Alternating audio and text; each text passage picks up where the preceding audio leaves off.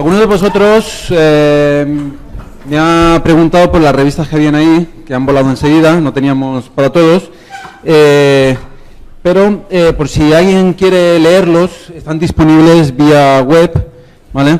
Solo tenéis que ir a la página escépticos.es.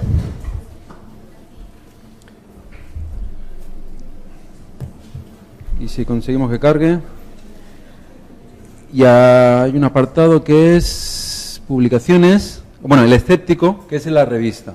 Y ahí aparecen todas las revistas que se han publicado vía online y os las podéis descargar, ¿vale? Todas las que habían ahí, ¿vale? Las podéis descargar en PDF y verla en el libro electrónico, en el ordenador o en cualquier plataforma. Muy bien. Dicho esto, vamos a empezar la mesa redonda. Primero quiero presentar otra vez a José Miguel Mulet, por los que se incorporen ahora mismo, que es profesor titular de Biotecnología de la Universidad Politécnica de Valencia y director del Laboratorio de Estrés Abiótico y Crecimiento Celular del Instituto y también del Máster de Biología Molecular y Celular de Plantas. Entre sus investigaciones destacan el descubrimiento de genes que permiten la tolerancia en plantas al frío y a la sequía. Autor de los productos naturales Vaya Timo y del bestseller Comer sin miedo, 2 libros de divulgación. Si todo esto no fuera suficiente, también mantiene un blog en la plataforma Naucas llamado Tomates con Genes, en el que defiende, entre otras cosas, el uso de la ciencia en la agricultura y alimentación, así como una constante lucha contra las pseudociencias en el ámbito agrícola y alimentario. Por otra parte, el siguiente contertulio, iba a decir comensal, como estamos en una mesa, ¿vale? Es José Antonio López Guerrero, profesor titular de Microbiología de la Universidad Autónoma de Madrid y director del Departamento de Cultura Científica del Centro de Biología Molecular Severo Ochoa. Menos mal que tengo la chuleta. También dirige el grupo de investigación sobre neuropatía asociada al herpes simplex. Como amante de la divulgación científica, colabora activamente en programas de radio, Radio 1, Radio 5, Radio Exterior de España, Radio Utopía, también de televisión, como Madrid Más D Televisión, el segundo canal de televisión, el canal de la UNED y también en prensa. Es el autor o editor de 12 libros, entre los que destacaría yo Ciencia en Grajeas y Ciencia Express, y de más de 130 artículos, tanto científicos como de divulgación.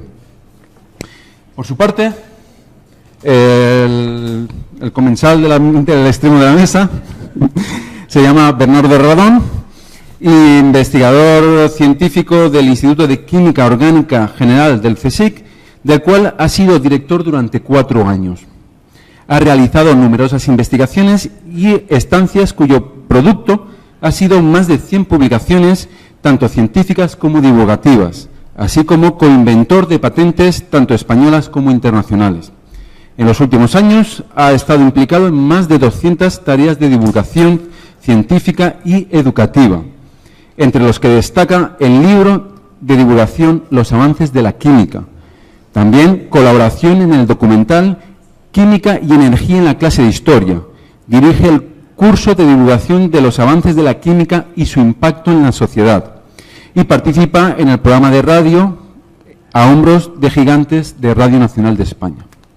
Muy bien, yo creo que ahora voy a dar paso para que los ponentes hagan una pequeña introducción de lo que van a decir y nada, puedes empezar tú, Bernardo, ya que te bueno, al final. Está encendido esto, ¿no? Sí. Bueno, yo voy a ser muy breve porque hoy, esta mañana ya José Miguel Mulet creo que ha dado un repaso muy detallado pues de la temática, ¿no? de esta mesa redonda. Yo creo que el mensaje, bueno, ya no está la imagen, pero el mensaje que a todos nos tiene que quedar es que hay que comer sin miedo. Yo soy suelo dar charlas de química, aunque la que daré mañana por la tarde no va a tener mucha química, van a ser otro tipo de reflexiones, pero a veces me preguntan después de mi charla, me suelen preguntar sobre transgénicos, cosas, digo, pero es que eso no es química, eso es biología, o sea, me suelen preguntar sobre transgénicos, sobre energía nuclear, y yo eso de la energía nuclear, sobre todo si vemos la parte negativa, siempre suelo decir que eso es física, ¿no? Bueno, pues yo lo que les digo siempre, especialmente en relación con la alimentación, es que por fortuna en Europa tenemos unas regulaciones muy estrictas, está todo bastante controlado y, como Mulet ha dicho esta mañana en repetidas ocasiones, pues realmente en Europa no han ocurrido ningún desastre asociado a la alimentación, ¿no? Y bueno, podemos sin duda alguna comer sin miedo. Yo como químico pues siempre me gusta arrimar el ascua a mis sardinas, y yo siempre digo que todo lo que comemos, incluido el agua, que a la que debemos considerar un alimento, es química. Y lo dejo ahí y ya luego si acaso debatimos. Hal. Bueno, ahora dices tú que todo es biología. Por proximidad, todo es biología, por supuesto. Y algo de matemática. Bueno, pues aunque llevaba ya varias décadas dedicándome a la divulgación, uno de mis vicios malos que siempre he tenido, en la Feria de la Ciencia, Madrid por la Ciencia, que desapareció inexplicablemente, o la Semana de la Ciencia y demás, pues fue en el año 2000, precisamente cuando conseguí mi plaza como funcionario, la plaza fija. De repente me vi sin proyectos y sin financiación, y ahí aburrido, sentado en un sofá, pues alguien me propuso que dedicara un tiempo pues a escribir un libro, ya que tenía tiempo, ¿no? Como funcionario, los funcionarios al parecer tienen mucho tiempo libre. Y me puse a escribir un libro sobre transgénicos, no como experto, sino como fracaso como científico en ese sentido, porque llevaba como 4 años intentando hacer transgénicos. Es verdad que era una cepa de una rata Luis muy especial, que a día de hoy no se ha conseguido transgenizar. Es verdad que el modelo de rata es quizás uno de los peores para hacer transgénicos, porque ni son tan manejables como los ratones, ni ya grandes como los cerdos, que se pueden manejar también de una forma bastante más cómoda.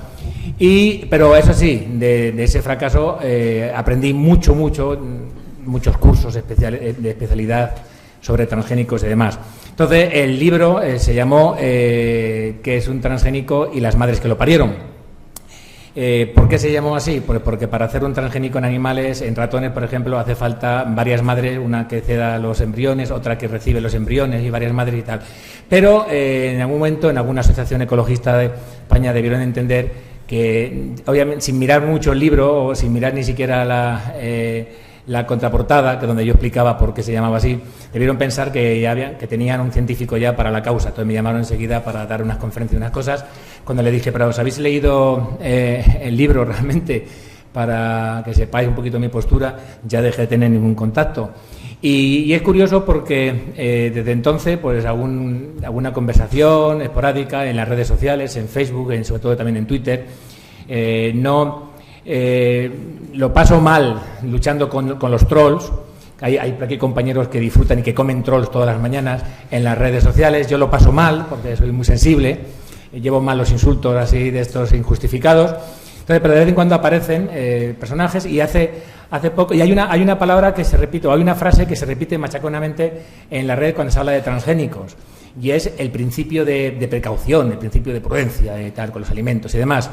Hace poco una persona me comentó que quería informarse de transgénico. Le dije, bueno, pues no hagas caso a Greenpeace, tampoco hagas caso a Monsanto, no entres en la página de Antama si no quieres, no hay ningún problema. Entra en los motores de búsqueda, que hay muchos en la red, de PubMed y demás, pones transgénico a ser posible en inglés, porque esos motores funcionan mejor en inglés, pones transgenic, pones tal, luego pones como selección revisiones, y tendrás toda la información que quieras sobre los transgénicos, de verdad, desde el punto de vista de la ciencia.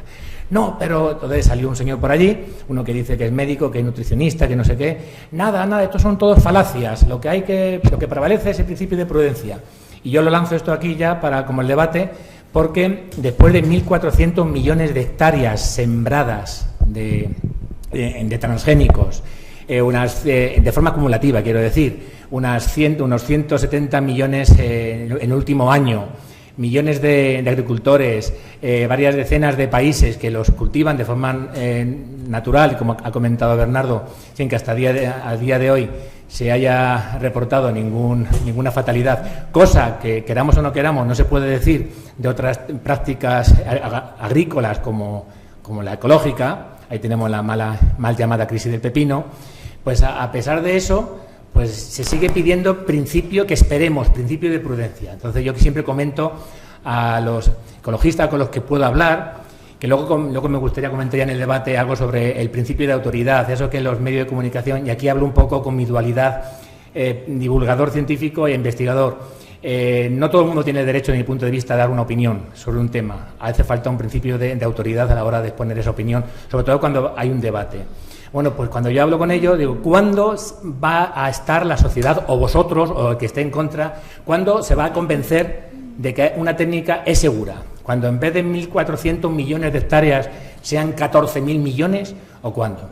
Todo este tipo de conceptos sobre principios de precaución, biodiversidad, que antes tocó sabiamente José Miguel, pues lo dejo aquí también en el aire, luego si queréis, para el debate. Bueno, pues yo creo que no voy a hablaros más porque bastante mal de cap os he dado esta mañana. Creo que lo que quería deciros ya os lo he dicho, yo he tenido la oportunidad, entonces creo que ahora es más interesante que habláis vosotros. Solamente el mensaje que me gustaría que os quedara claro es que en general la comida es segura y que el problema es que muchas veces nos preocupamos de lo que no tendríamos que preocuparnos, y lo que sí que es preocupante por el tema de que si hacemos una dieta recomendable o hacemos el mejor ejercicio y tal, no nos preocupa tanto. Y esto, que puede ser, digamos, un fallo a nivel personal, cuando llega a la esfera política se convierte en un fallo global. Y ya os he puesto los ejemplos de los millones de euros que nos cuesta esta ignorancia en el tema de transgénicos, en el tema de agricultura, y eso a la larga lo que nos está haciendo es perder competitividad y nos está perjudicando a todos. Y hay sectores que eran muy potentes en España, como por ejemplo el del algodón, que se han ido a hacer puñetas por el tema de la política europea. Y en agricultura encontraríamos ejemplos. Ya ni siquiera entrando en transgénicos. El sector de la remolacha también se ha ido a hacer puñetas por la política agraria común. Entonces, creo que lo importante no es solamente hablar de ciencia y hablar de criterios, sino es ver que tener opiniones con una base científica o con un fundamento basado en evidencias, en hechos, en certezas, pues te hace que luego tomes las decisiones, creo yo, que mejor, y que sean decisiones que van a beneficiarnos a todos, no por querer quedar bien acabar todos perjudicados. Y nada, creo que lo interesante de esta sesión no es que os hable yo, sino que habléis vosotros. Así que nada, el que quiera comentar algo, bienvenido será. Los que estáis aquí y los que están más allá de las pantallas. Sonia. Una aquí y luego ahí. Sí. Vale. Hola, buenas tardes. Lo primero, quería salir en defensa de la chica del jabalí de esta mañana. Si en Galicia no hay maíz transgénico, era imposible que el jabalí se lo comiera. O sea, la chica tenía razón. Sin embargo, el autóctono seguro que lo devoraba. Bueno, José Antonio ha tocado el tema de los trolls y de la autoridad. Realmente luchar contra los trolls a ti te produce una cierta congoja, amargura, etcétera, ¿no? Y realmente es que yo creo que es una batalla perdida. O sea, a mí esta mañana en una red social me han llamado ignorante por pedir que una persona citara un estudio serio sobre el hecho de que el aspartamo sea el compuesto tóxico más grave, más peligroso del mundo, ¿no? O sea, por pedir información me han llamado ignorante. Entonces, yo creo que contra eso es imposible luchar. Pero os pregunto, ¿no pensáis que la comunidad científica, sea un poco eso lo que sea, debiera de alguna forma mojarse un poquito más? O sea, dar un paso adelante en temas como este, o como por ejemplo la homeopatía. O sea, quiero decir, a mí de verdad me parece que entrar en una farmacia y ver productos homeopáticos, o sea, me duele realmente, ¿no? Entonces, ¿no creéis que debería en algún momento ese principio de autoridad utilizarse para decir, bueno, ya está bien? O sea, quiero decir, nos están engañando y vamos a poner las cosas un poquito más claras, ¿no? En fin, quería saber un poco vuestra opinión sobre este tema. Si queréis, mañana hablaré en mi segunda charla, comentaré un poquito más este tema, pero es cierto que en una farmacia se venden productos homeopáticos. No voy a romper una lanza por ninguna farmacia, porque en una charla que tuve en Radio Nacional por la noche, que Bernardo escuchó y me acusó de ser demasiado beligerante con una farmacéutica, ella defendía los productos homeopáticos porque ella los hacía, decía ella que ella los hacía y tal, y que los vendía. Pero es cierto que también, al parecer, la ley obliga en las farmacias en principio poner a disposición de los ciudadanos los medicamentos que están aprobados por la Agencia Nacional de Medicamentos. Entonces, la lucha tendría que ir no ya a la ciudadanía, aunque también, por supuesto, y ahora te comento también, sino que tendría que ir directamente hacia los administradores. Pero claro, teniendo en cuenta que, y también lo comentaré mañana, que en nuestros últimos ministros de Sanidad, creo que de los 17 que hemos tenido en la democracia, creo que solamente no sé si ha habido 1 o 2 médicos, mañana confirmaré el dato. Pues eso dice, hay muchos economistas, abogados y tal, pues eso dice un poco, y también comentaré los guiños de muchos de los grandes políticos, grandes por visualizar, por lo visuales que son, no porque sean grandes o buenos políticos, los guiños que hacen a la pseudociencia. Voy a comentar. En cuanto a la culpa de los científicos en divulgar más o menos, tienes toda la razón. Ese debate lo sufrimos aquí mi compañero y yo, José Miguel, cuando me ofrecieron ir a Cuarto Milenio, dije que no. Me volvieron a llamar, de hecho yo no veía Cuarto Milenio. Mira, si no vas tú, va a ir alguien que seguramente conozca menos no sé qué y tal, y al final va a ser la opinión de alguien que no sea tan experto en transgénico y tal. Bueno, tengo que consultar con algunos compañeros que trabajan en transgénico. Yo trabajo en modelos de animales transgénicos, pero no en plantas. Sí, estupendo. Y hablamos, dejamos caer la idea en Twitter, y ahí hubo un encendido debate. No se os ocurra, traidores, vais a ir y tal. Y otros, mira, si conseguís que dos espectadores de Cuarto Milenio vean la luz, ya con eso habréis cumplido con vuestra... Y fuimos. Es verdad que planteamos, ya lo digo porque lo dijo esta mañana, planteamos una serie de condiciones que no cumplieron ninguna. La verdad es que es un programa traidor donde los haya, la verdad, en ese sentido. Pues pusimos 3 opciones. Primero, tres condiciones. Que el programa fuera en falso directo, es decir, que si se grababan 40 minutos, se emitieran 40 minutos. El segundo es que nuestro contertulio tuviera a nuestro nivel académico, por lo menos, o sea, que no nos presentara José Miguel Mulet, profesor titular, no sé qué, Juan Andrés López, profesor titular, Luis Miguel Domínguez, naturalista, y tan ancho, y ya está. El que decía que los melones de Villaconejo son los mejores medicamentos supositorios que había. Son igual que una vacuna. O algo así. Tal, se ve así. Que se los metía por...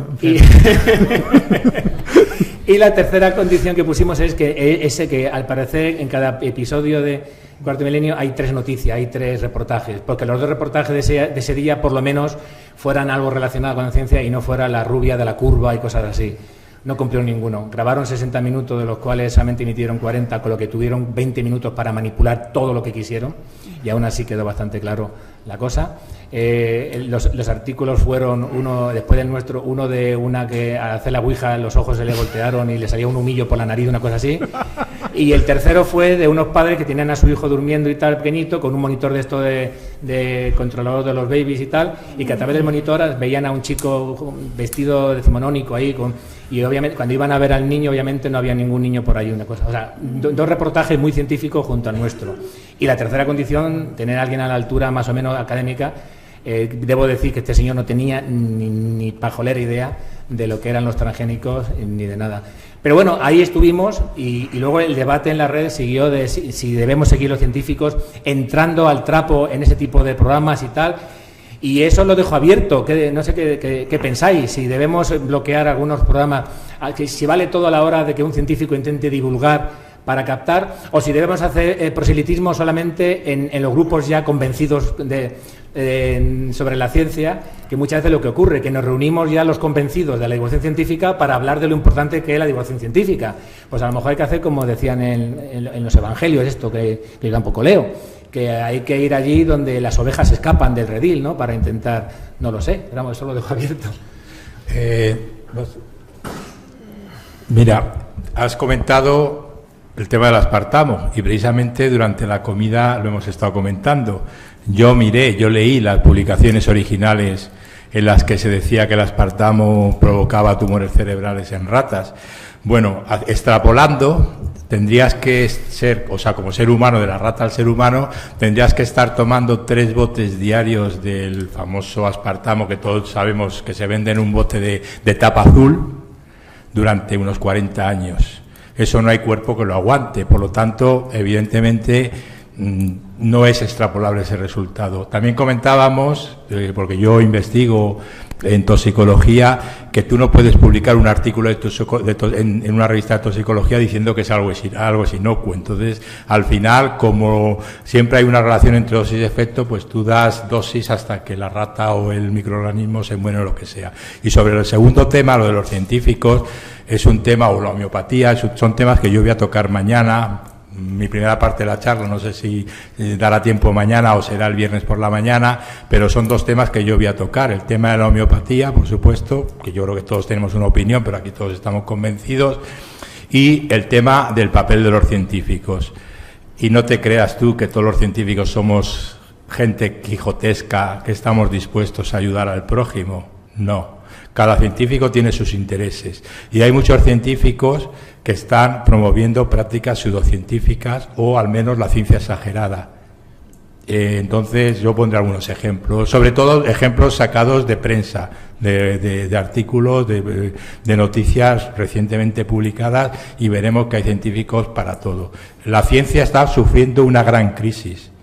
Y en parte la culpa de la crisis de la ciencia la tenemos los propios científicos, y hablo en primera persona del plural, que no me quedo fuera de eso. Mañana daré más detalles, Bernardo, para no adelantar. Pero es cierto que el hecho de que, y tú lo sabes en primera persona, que muchas veces te castiguen por divulgar, más que sentirte recompensado, te castiguen, yo de hecho ayuda poco a que dediques parte de tu tiempo como científico a hacer divulgación, ¿no? De hecho, antes ha quedado corto José Manuel al presentarme, porque no son 200, son más de 600 actividades de divulgación en 7 años y algunas cosillas más, pero yo ya he decidido que yo en mi currículum ya no voy a poner que yo divulgo. Es negativo, de verdad, es negativo. Mañana no voy a poner una diapositiva precisamente de mi caso, pero sí que podemos entrar. Yo entraré al trapo si alguien me lanza el capote, ¿no? Hola, buenas tardes. Has comentado antes sobre el principio de prudencia, y se me ocurre que posiblemente... ¿Más alto? Así ¿Me oye ahora? Ahí, perfecto. Más orientado. Que posiblemente se esté refiriendo a que el temor a algunas consecuencias, pero no a corto plazo, sino a largo plazo. O sea, lo que has expuesto es que por el momento, en este momento no ha habido ningún problema. El momento son 16 años, ¿eh? No son sé, 16 19. años, pero bueno, 19 sabes ya. que... No sé yo si es el momento. No, pero los procesos en biología... Te explico. El principio de precaución, lo que no se da cuenta la gente es que ya está aplicado. Ya está aplicado desde el punto de vista que cuando sacas un transgénico al mercado y lo autorizas para consumo humano, ha superado más pruebas que cualquier otro producto que ha salido al mercado que no es transgénico. De hecho, si tú te fueras a un supermercado y exigieras a cualquier producto los mismos controles que le exiges a un transgénico, posiblemente no podrías venderlo. La aspirina no. Y te pongo, no, hay un ejemplo más concreto. ¿Vosotros en algún supermercado habéis visto cacahuetes? ¿Se pueden comprar cacahuetes? ¿Y vosotros sabéis que hay gente que si se come un cacahuete se muere porque es un alérgeno potente? Bueno, pues si tú sacaras un transgénico que fuera igual de alérgeno de un cacahuete, de la primera prueba no pasaba. Y en cambio se venden productos potencialmente alérgenos porque son productos, digamos, que se han vendido siempre y no tienen que pasar por la ley de nuevos alimentos. Una de las pruebas que se le hace a cualquier transgénico es que no sea alérgeno. Si es alérgeno, no se autoriza. Y te estoy hablando de eso y te estoy hablando de muchas. Luego hay que tener en cuenta otra cosa ya más técnica. La diferencia entre un transgénico y un no transgénico es que tiene un trozo de ADN que su homólogo no transgénico no tiene. Un ADN que produce una proteína. ¿Qué pasa cuando te comes eso? Cuando te comes eso, tú lo masticas y va al estómago. En el estómago, ADN y proteínas se degradan por las enzimas digestivas en aminoácidos y nucleótidos. Por lo tanto, 3-4 minutos después de haber pegado el bocado, si te hicieran un análisis, ya no podrían decir si te has comido un transgénico o un no transgénico. Esa es, por ejemplo, un caballo de batalla que tienen las organizaciones ecologistas que hacen análisis de la guía roja y verde y quieren que se etiquete si el ganado ha comido transgénico o no. Y tú le dices, ¿por qué no analizas tú si ha comido transgénico o no? Porque es indistinguible. Tú, en un cerdo que has alimentado con pienso transgénico o en un cerdo que has alimentado con pienso ecológico, no puedes hacer ningún análisis que te diga cuál ha comido cuál, ni de calidad ni de calidad tal, porque en el momento que llega al estómago se ha quedado todo descompuesto y no hay forma. Entonces dices, no, es que tenemos que hacer análisis a 3-4 meses. Mira, un análisis de 4 meses me parece que es 4 meses menos 5 minutos más largo de lo que necesito saber. ¿Por qué? Porque si en el momento que llega al estómago se va a descomponer, a partir de ahí ya se procesa y se digiere exactamente igual que un transgénico. Entonces, claro, el problema es que esto se está utilizando muchas veces como una forma de apretar. Si tú ya has hecho más análisis que en cualquier otro alimento, ¿qué más quieres? O digo yo, vamos a jugar todos con las mismas reglas. Si exigiéramos esa seguridad a cualquier otro tipo de producto, no comeríamos nada. Entonces yo digo que el principio de precaución ya se ha cobrado, ya se ha aplicado y podemos estar como mínimo igual de seguros que en un convencional. Pero ya te digo yo que podemos estar más seguros porque hemos hecho muchos más análisis. Sí, decía eso decían que el salmón de hace un par de años, el salmón transgénico, que si se había probado por la vía de urgencia prácticamente por la puerta de atrás, y creo recordar que ese salmón llevaba ya en los despachos, no sé el salmón físicamente, pero aún así los papeles llevaba ya en los despachos como 15 años ya para probarlo. No, noviembre del 2013 se aprobó. Francisco García Olmedo, catedrático es ingeniero agrónomo y un divulgador excelente, que comentó en una ocasión que llevábamos al hilo de eso de nos comemos los genes y luego en el estómago se deshacen. La prueba es que llevamos más de 40.000 años comiendo células que tienen genes que producen cuernos y que se sepa, al menos por ese motivo, pues nadie va por ahí luciendo. O sea que de alguna forma, obviamente, el hecho de comer un gen exógeno, que una amiga me decía, pero es que es aberrante, Jal, aberrante, si es que me he enterado que hay un maíz que tiene un gen de escorpión, por Dios, Jal, y claro, no lo sé si eso es así o no, a lo mejor puede ser, no me importa, no lo sé, a lo mejor una enzima especial que le han sacado en esa especie, pues técnicamente digo, perdona, es que hay una cosa mucho más aberrante. Hay en España no sé cuántos millones, en el mundo hay varios decenas de millones de personas diabéticas que usan insulina procedente de unas bacterias transgénicas, unas bacterias que tenemos muchas de ellas en el culo, que es la Escherichia coli, una bacteria muy conocida por todos, que por cierto hay cepas que son muy tóxicas. Una bacteria, un organismo procariota que está produciendo un gen de humanos. Y eso, aparte de hacer rico a Herb Boyer, el primero ya en los años 70, cuando ya se empezó a desarrollar la biotecnología, aparte de eso mantiene vivos a millones de personas. O sea que realmente yo creo que, como dice José Miguel, el principio de prudencia llega un momento que ya tienes que demostrar lo contrario. Un plátano, demuéstrame que no es tóxico dentro de... Porque las variantes además cambian mucho. Demuéstrame que dentro de 300 años no vamos a estar todos mutados Llega un momento que tendrás que intentar hacer lo contrario, demostrar que sí hay un problema potencial, cosa que obviamente hasta ahora no se ha demostrado. Igual lo que ocurre es que hay quien no tiene mucha confianza en la ciencia. Bueno. Partiendo de ahí, entonces, posiblemente sea ¿Pero una son de las gente que van con taparrabos por la vida o son gente que van con su reloj, ponen su televisión cuando llega a su casa, llevan la comida que se han comprado en el súper, o son personas anacoretas que viven en unas cuevas lejanas, de países lejanos o de montañas lejanas, como diría aquel? Después vienen las contradicciones. Bueno, yo quería aprovechar para hacer una pregunta más, ahora que tengo el micrófono. ¿Sería posible mantener o satisfacer las necesidades de la humanidad prescindiendo de los transgénicos? Y yo no digo en el presente, sino en unas perspectivas de futuro. A ver, hoy por hoy Hoy por hoy el problema es que los transgénicos ha sido una revolución muy silenciosa. Hace 20 años nadie tenía Internet en casa. Hoy por hoy sería posible vivir sin Internet. ¿Os imagináis? ¿Vuestra vida cambiaría si no tuvierais Internet? Pensad todas las cosas que hacéis que dependen de Internet. Entonces con los transgénicos ha pasado lo mismo y no nos hemos dado cuenta. Si ahora, de hoy para mañana, dijéramos, vamos a prohibir todos los transgénicos, pero todos, pues acordaosle de la imagen que os he puesto esta mañana. Detergentes, medicinas, enzimas que se utilizan en la industria alimentaria, etcétera, ropa. De momento veríamos que un montón de cosas que tenemos ya no tendríamos, que subirían el precio. Vamos a hablar en concreto de la agricultura. Pues si ahora prohibiéramos los transgénicos, lo primero que pasaría es que haríamos todos una dieta mejor porque dejaríamos de comer carne, porque el 95% del maíz y la soja que se utilizan para pienso es transgénica.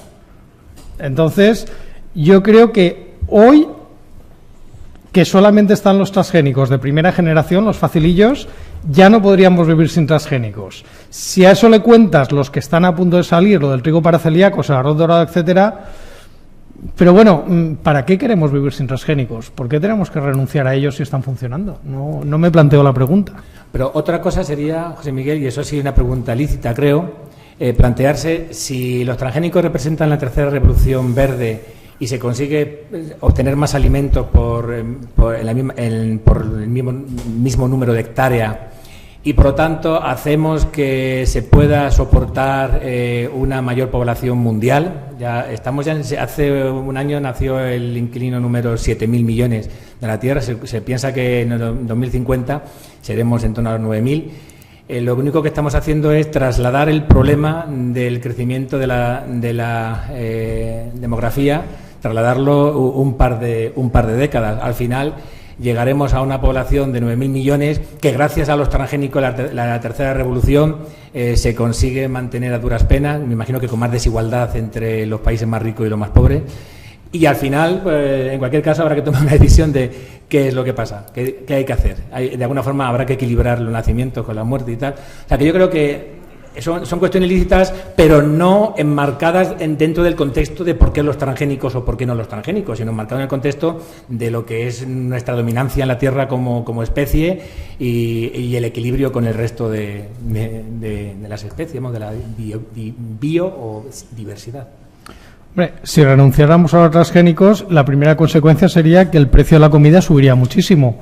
Claro, en Europa nos lo podríamos permitir, pero si la comida es más cara en Europa, obviamente, ¿quién sufriría más? La gente que está en países subdesarrollados. ¿Por qué? Porque importaríamos más comida, bajaría el rendimiento agrícola, habría menos para ellos y más desigualdades. Entonces, claro, la actitud de renunciar a los transgénicos, primera, técnicamente no es posible y segunda, denota que tienes la nevera llena. ¿Por qué? Porque la gente que tiene la nevera vacía le da igual que sea transgénico, que no sea transgénico, lo que quiere es comer. Y si le dicen que esto es más eficiente y tiene un precio más bajo, pues le va a dar igual que sea transgénico. Como el trigo apto para celíacos, si alguien tiene un hijo celíaco y tiene un montón de problemas y le dicen que ese trigo tiene las mismas propiedades, el mismo precio, pero su hijo no es apto para que él lo coma sin que le cause ningún problema, ya te digo, le va a dar igual que sea transgénico. Porque a los diabéticos llevan 20 años pinchándose insulina en vena y les da igual que sea transgénica o no. Hola, buenas tardes. Bueno, yo quería comentar un par de cosas sobre, bueno, como todo el día se iba comentando sobre transgénicos, pues supongo que en ese campo también habrán científicos que digamos que estén en contra o pongan en duda la necesidad o que metan, digamos, miedo en la población cuando, bueno, pues en el proceso de digestión, como se ha comentado, se destruye todo rastro de si era transgénico o no. Igual que, bueno, como se ha comentado en la homeopatía, yo creo que el problema a la hora de trasladar esos miedos o ese conocimiento, bueno, uno de los problemas, a la sociedad en general, porque yo, con respecto a la homeopatía, puedo tener muy claro lo que es un mol, lo que es el número de Avogadro, pero claro, resulta que hay médicos colegiados en medicina que defienden la homeopatía. Es como tener el enemigo en casa. Me imagino que en otras ramas de la ciencia en biología o en, pues esto pasará igual. Y claro, ¿cómo se pelea contra eso? Es más, recuerdo también un programa en el que salió Mulet del, ¿cómo se llama? ¿El Salvados o como se llame? Sí, Salvados. Podría ser Salvados o Cuarto Milenio.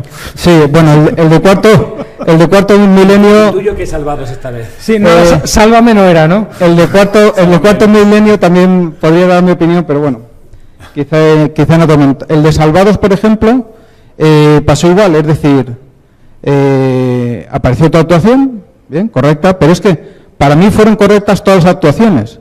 Pero es que además salía, no me acuerdo si era responsable de sanidad o que era, o sea, un médico con un currículum y científico, pues poniendo la alarma en la sociedad cuando, bueno, pues comemos más seguros que nunca. Y estoy convencido de eso, porque si no, porque comemos mucho, unos más que otros, y seguimos aquí. No sé, yo quería saber vuestra opinión sobre el enemigo en casa, que llamo yo.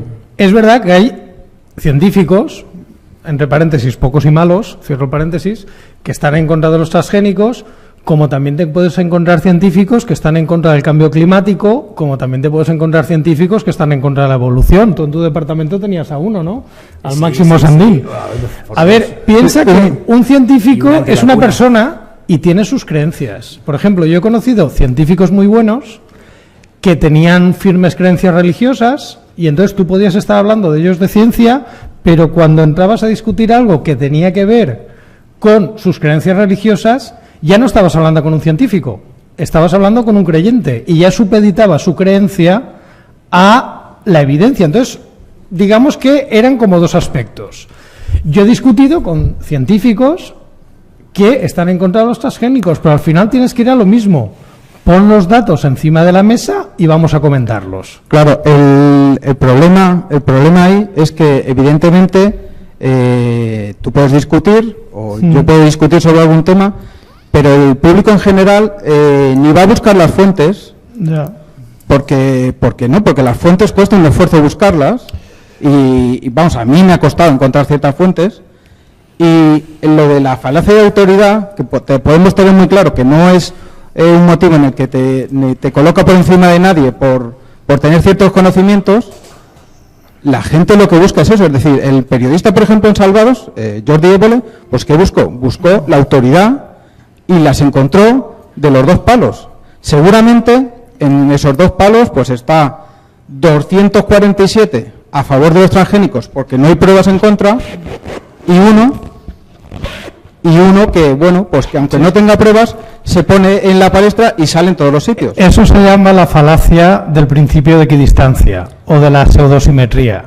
Por ejemplo, en cambio climático, el premio Nobel Mario Molina dice que a él le llevan a debates sobre el cambio climático y le ponen a él a hablar del cambio climático y enfrente le ponen a uno que dice que el cambio climático no existe. Entonces, claro, para el público el mensaje que llega 50-50. Pero dice, es que por cada 98 científicos que te dicen que el cambio climático es un hecho, hay 2 que te dicen que no. Entonces, no es 50-50, es un 2-98. A mí, por ejemplo, si yo hubiera tenido la oportunidad de estar delante de Miquel Porta, que es el que habló después de mí, le hubiera dicho, sí es verdad, nos estamos envenenando, cada vez estamos peor, cada vez tal. ¿Cómo explicas que la esperanza de vida siga subiendo? Si nos estamos envenenando, ¿por qué vivimos cada vez más? Porque es que a mí yo no lo entiendo. Una pregunta tan fácil, porque claro, y yo no digo que no sea buen científico, otra cosa es que luego, por lo que sea, bueno, Bernardo, no sé si quieres comentar algo de Miquel Porta, porque tú lo conoces, pero te estoy metiendo los dedos en la boca, pero... Bueno, no, si yo es que mañana voy a hablar un poco también de esos científicos relacionados con la química que les gusta por salir en los medios, y hay que decirlo así claramente, porque salir en los medios, puede ser ventajoso para su carrera científica, no a la hora de conseguir grandes galardones, pero sí a la hora de conseguir dinero. Por ejemplo, las administraciones públicas pues intentan maximizar pues todo lo que sea negativo. A ver, puedo poner muchos ejemplos, mañana pondré algunos, pero Voy a adelantar algunos. Vamos a pisar, Bernardo. Parece que estás contando lo de mañana. Digo, no, pero voy a poner alguno y así cuento alguno de palabra y así ya mañana no tengo que poner esa diapositiva. Por ejemplo, está haciendo el tráiler. El grupo. Spoiler. El grupo. Auto-spoiler. Un grupo muy potente que dice que en el río Ebro hay cocaína. Y entonces sale un artículo en El País. Que ya se ha mencionado esta mañana, El País es un periódico muy serio, muy importante, que lee mucha gente, y las cifras que se manejan son que en el río Ebro hay 620 kilos de cocaína. Claro, tú vas y dices, pues entonces ya no me juego la vida si eres un traficante trayendo cocaína desde Colombia o desde cualquier país con riesgo, ¿no? Bueno, luego uno yo lo hice y me miré cuál era el caudal medio del río Ebro y me salía que era una concentración de alrededor de 10 elevado a menos 12 molar, es decir, un 0, una coma, 11 ceros y un 1, ¿vale? Es decir, que tú no hay cocaína en el río Ebro. Pero ¿qué ocurre? Que si mañana un ayuntamiento de esos que les gusta gastar en dinero para salir a los medios de comunicación, dice, vamos a controlar que en nuestro municipio no se consume cocaína, vamos a contratar a un grupo que sepa hacer este análisis, y ese grupo es ese. Ese es un ejemplo, pero hay muchísimos más, como que los ríos de Doñana están, pues invadidos por componentes de las cremas solares, y luego te viene la noticia como muy pequeño diciendo, bueno, pero para que esto cause efecto tú tienes que beberte 10.000 litros de agua, o que hay cocaína en el aire de Madrid, pero tienes que esnifar para notarlo una columna de aire de 2 kilómetros de altura. Bueno, de esos hay muchos. Eso lo calificaba antes como pseudocientíficos, y Hall me dijo, vamos a llamarlos ciencia exagerada. Sí, es ciencia exagerada. Estos grupos son los científicos que yo mencionaba antes, que tienen sus intereses, y Miquel Porta tiene una carrera científica que no tiene nada que ver con estas, digamos, de salida de los medios, pero ha visto un filón, y entonces Miquel Porta es un tipo que su grupo de investigación supongo que estará muy bien financiado, porque esto vende, porque en un medio de comunicación vende más que la noticia escandalosa, y vende mucho más porque se detecte que algo está contaminado. Nadie te va a decir que este agua no tiene ningún contaminante, pero si una botella de este agua apareciera una parte por billón de benceno, como pasó hace, por ejemplo, 25 años con Vichy, pues eso es que es noticia en todos los periódicos. Pero cuidado, que está muy bien hacer ese tipo de... Pero vamos a ponerlo en su contexto, y su contexto es la ciencia. Y es lo que ha dicho José Miguel, que en ciertos temas científicos hay 98 personas que pueden estar con una opinión basada en ciencia, y hay 2 que a lo mejor también están basados en ciencia, porque hay incluso científicos honrados que piensan que tú puedes... que ellos creen o no les convence las evidencias en contra, y ya luego si encima mezclamos lo que es ciencia con religión, pues apaga y vámonos. También hablaré yo mañana de eso. Ten cuidado, Bernardo, no agites mucho la botella, que si tiene una parte por millón de benceno y tal, agitas, lo estás activando, ¿sabes? Y tienes ya una botella homeopática muy peligrosa.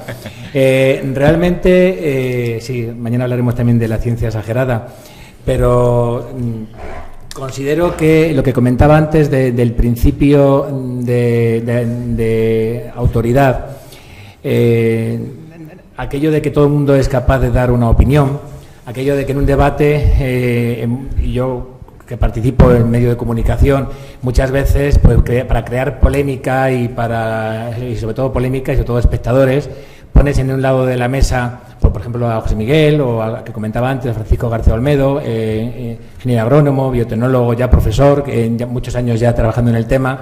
Y en el otro lado, pues te colocamos a alguien de un grupo ecologista o no, o alguien que efectivamente pues todavía es científico, pero que no conoce mucho el tema, pero está en contra. A lo mejor no es especialista en ese campo, porque obviamente yo no tengo la capacidad de dar mi opinión, puedo darla en petit comité si me da la gana, pero en un medio de comunicación la capacidad de dar la opinión, eso dicen los periódicos, los medios de comunicación, va siempre supeditada al principio de autoridad. Entonces, poner a un señor que aunque sea científico, pero puede ser científico en cerámica y vidrio, y ya por eso darle autoridad, porque va a decir que no a los transgénicos, y en el otro campo tenemos a un ingeniero agrónomo de 30 años, yo creo que eso hay que tener mucho cuidado con lo que se hace. Y luego que hay muchos intereses, indudablemente, este científico que comentas, Bernardo, seguramente que ha sacado mucho siendo negativo, como Michael Whitefield, el antivacuna del que hablaré mañana, o también un señor, también muy conocido por todos nosotros, un tal Seralini, que es un antitransgénico que saca papers en revistas, no sé si decir mediocres, revistas medias, pero artículos científicos, que luego artículos científicos que muchos de ellos son retirados porque no concluyen nada de lo que quieren concluir, pero sacan artículos científicos que cada uno de ellos ha costado 3 millones de euros. La pregunta es, ¿quién financia este grupo de investigación con 3 millones de euros para sacar un artículo en una revista de índice de impacto bajo, que luego además es rebatida por la comunidad científica y en muchos casos retirado?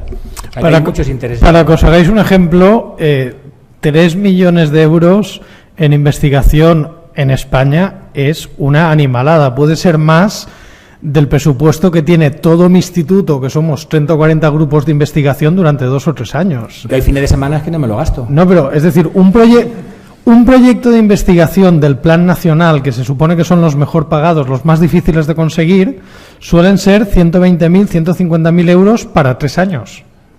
Y con eso tienes que pagar los reactivos, tienes que pagar a la gente, tienes que estirarlo como sea, porque más no tienes.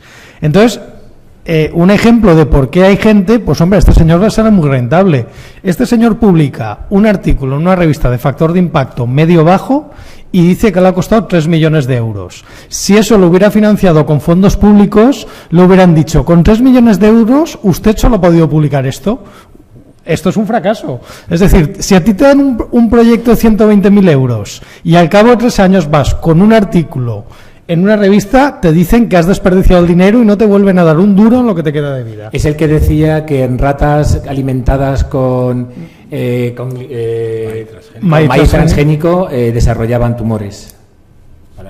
Para que lo situéis. Un grupo francés. Pero bueno, la rata tenía un tumor que el tumor era más grande que la propia rata, o sea que... Lo cual vulnera la normativa europea de maltrato animal. Es decir, cuando uno trabaja en animales en laboratorio, hay cosas que no puede hacer. Una cosa es, si está haciendo estudios de cáncer, una vez las ratas empiezan a desarrollar tumores, la ley te obliga a sacrificarlas para evitar sufrimiento innecesario.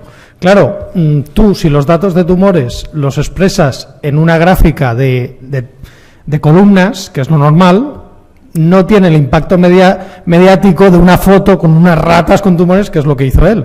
O sea que no son artículos científicos, son artículos para tener impacto mediático, pero no para darte información. Hola, buena tarde. Yo quisiera primero agradeceros el esfuerzo divulgativo que hacéis, científicos de vanguardia, porque creo que somos muchos los que lo agradecemos. Estoy bastante cerca, ¿no? Creo que somos muchos más que los que lo agradecemos, a pesar de que creo que es un esfuerzo considerable. Una época de mi vida también tuve que hacer una divulgación, pero no tan seria como la vuestra, y lo pasaba, prefería ir al dentista que dar una conferencia de estas. En cuanto, voy a tres cuestiones muy breves. En cuanto a la homeopatía, que veo que estamos adelantando todos, estamos muy sensibilizados, comentaré que un hijo mío terminó farmacia y cuando hizo las prácticas fue a una farmacia y veía que se vendían cremas adelgazantes, homeopatía, etcétera. Entonces, cuando le preguntó a la farmacéutica por qué vendían eso, cuando en la facultad le habían enseñado que no sería para nada, la señora le comentó que, chaval, es que aquí tengo un margen del 100% de un producto caro y cuando vendo un antibiótico que vale 2 euros, tengo un 10%. Él tuvo un baño de realidad tremendo. Tuvo un baño de realidad. ¿Lo entendéis a todos? Ya está.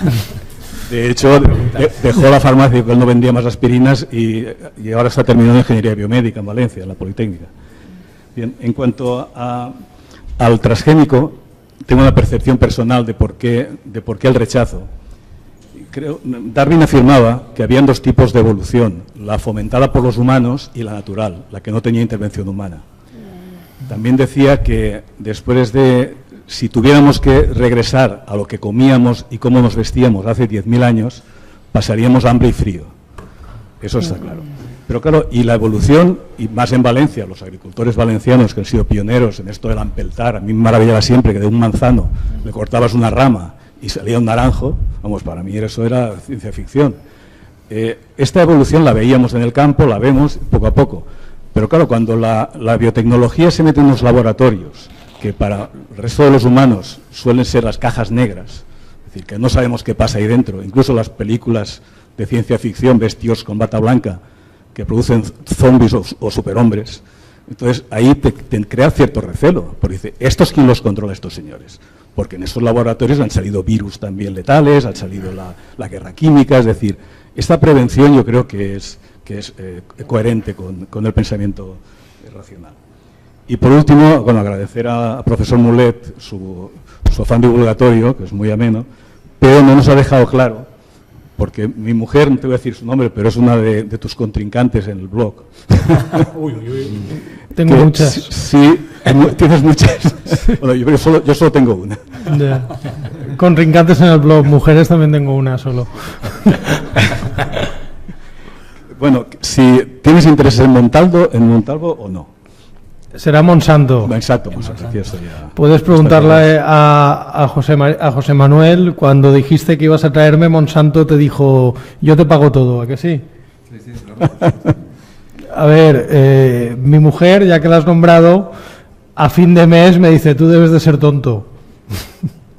A ver, obviamente, Monsanto, cuando les he pedido información me lo han dado, y cuando les he dado dinero no me lo han dado, entre otras cosas, porque no tengo ninguna relación con ellos, más allá que yo soy una empresa de biotecnología que venden transgénicos y yo hablo de transgénicos, pero ya os he dicho esta mañana que yo hago investigación básica. Es decir, yo lo que hago no es para vender plantas, sino para investigar los mecanismos de cómo funcionan las plantas. Entonces, no tengo ninguna relación con Monsanto ni con ninguna empresa, porque claro, siempre pensamos que Monsanto tiene la fama porque fue la primera, pero ahora empresas que venden transgénicos, está Monsanto, está Syngenta, está Bayer, está BASF, hay un montón, y obviamente si tuviera relación con ellos, pues igual no estaría aquí, estaría en Hawái, ¿qué quieres que te diga? Ya me gustaría a mí a final de mes.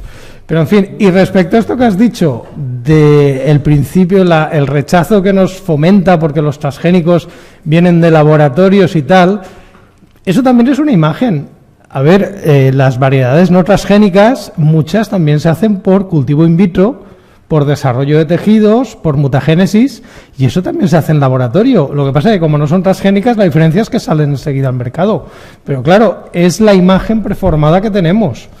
Y esto que dices de los injertos, ahora que hablas de Monsanto, decirte que lo no transgénico también está patentado. Y de hecho Monsanto también vende semillas ecológicas. De hecho, Greenpeace vendía unas semillas que a mí se me ocurrió meterme en el registro europeo de variedades vegetales y eran de Monsanto. Entonces, desde ese punto de vista, Greenpeace sí que tiene una relación económica con Monsanto. Yo todavía no. Sobre lo primero que has comentado de la homeopatía y las farmacias, eso lo debatimos una vez en una de las tertulias, debates de A Hombros de Gigantes, y yo también soy de la opinión que tienes tú, es decir, un genérico que vale 2 euros no le va a dar nada al farmacéutico, una crema de lo que sea de parafarmacia o un producto homeopático, por supuesto que le da mucho dinero. Pero yo en aquel debate dije una cosa, pues ya que no vuelvan a decir confíe en su farmacéutico, porque si eso lo hacen, ya para mí una farmacia deja de pertenecer al sistema de salud en el que hay que confiar, igual que los médicos. Antes ha mencionado el tema de los médicos, aprovecho para decírmelo, para decir una cosa que a lo mejor a algunos les duele. La medicina no es una ciencia. No es una ciencia, la medicina es la aplicación de conceptos científicos y por lo tanto cuando hablamos de que un médico puede recetar homeopatía no está haciendo ciencia. O sea, evidentemente todos sabemos médicos que son científicos, pero Ramón y Cajal era médico pero es neurólogo, su ciencia era la neurología, porque no hay que confundir la titulación con la profesión, pero la medicina no es una ciencia, eso hay que tenerlo muy claro. Y quería comentar también alguna cosa.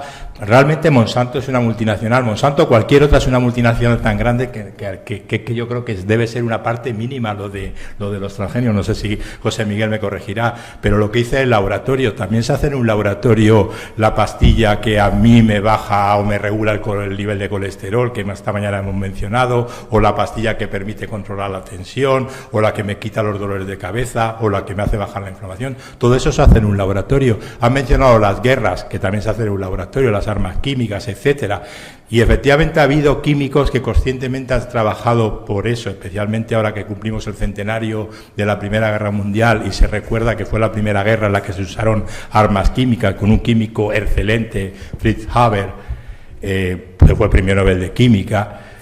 Y gracias a Fritz Haber también tenemos buena agricultura, porque fue la persona que contribuyó a tener amoníaco, por lo tanto fertilizante.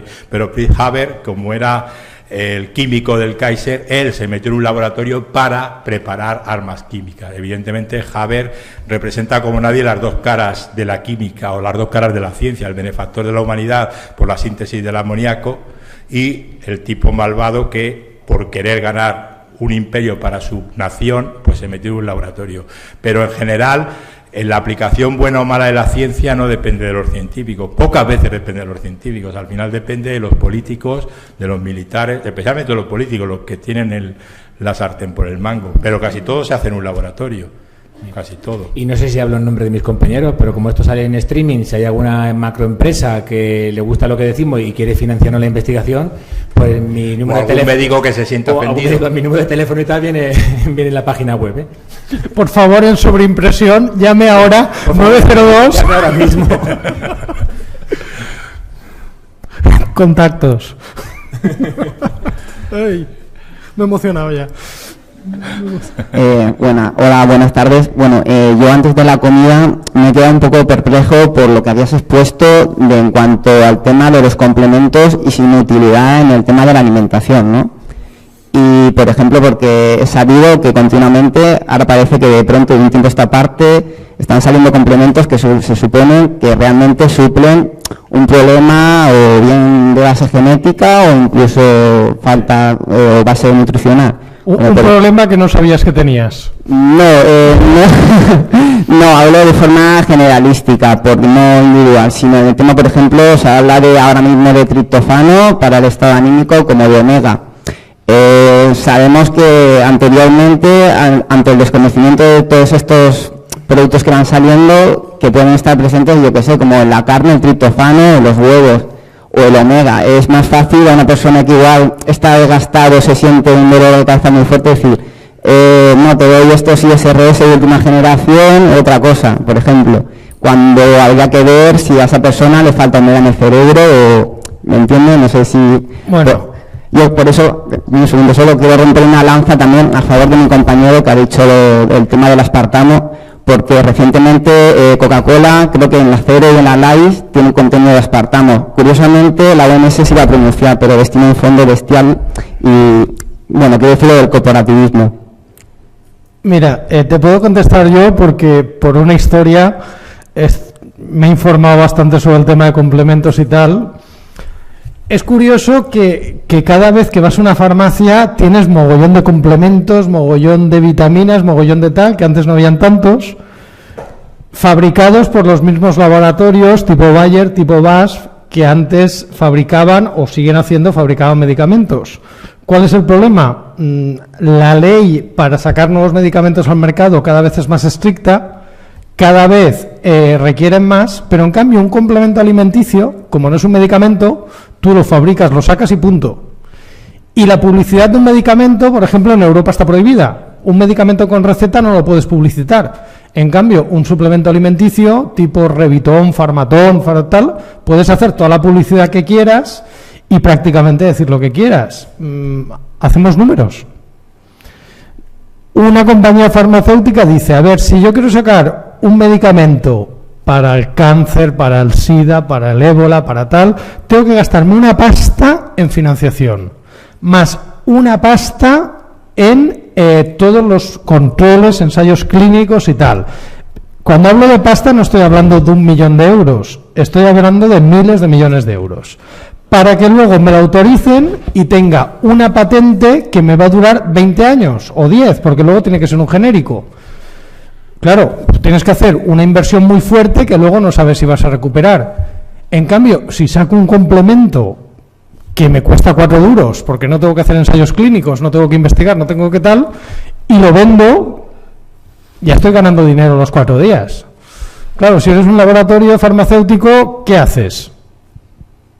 Y luego está el tema de las farmacias. Si la homeopatía tiene un 100% de margen, con estos complementos pasa un poco lo mismo. Entonces, se están dando generosamente. Ahora se anuncia uno que tiene omega 3, que hay una asociación muy importante que avala su uso, patatín patatán, y tú miras la cantidad que tiene de omega 3, y como dice un amigo mío, es que vas, te paseas por una pescadería con la boca abierta y te llega más omega 3 que el que hay en esa pastilla, con la diferencia que lo estás pagando a precio de oro. Y te pongo otro ejemplo más divertido todavía.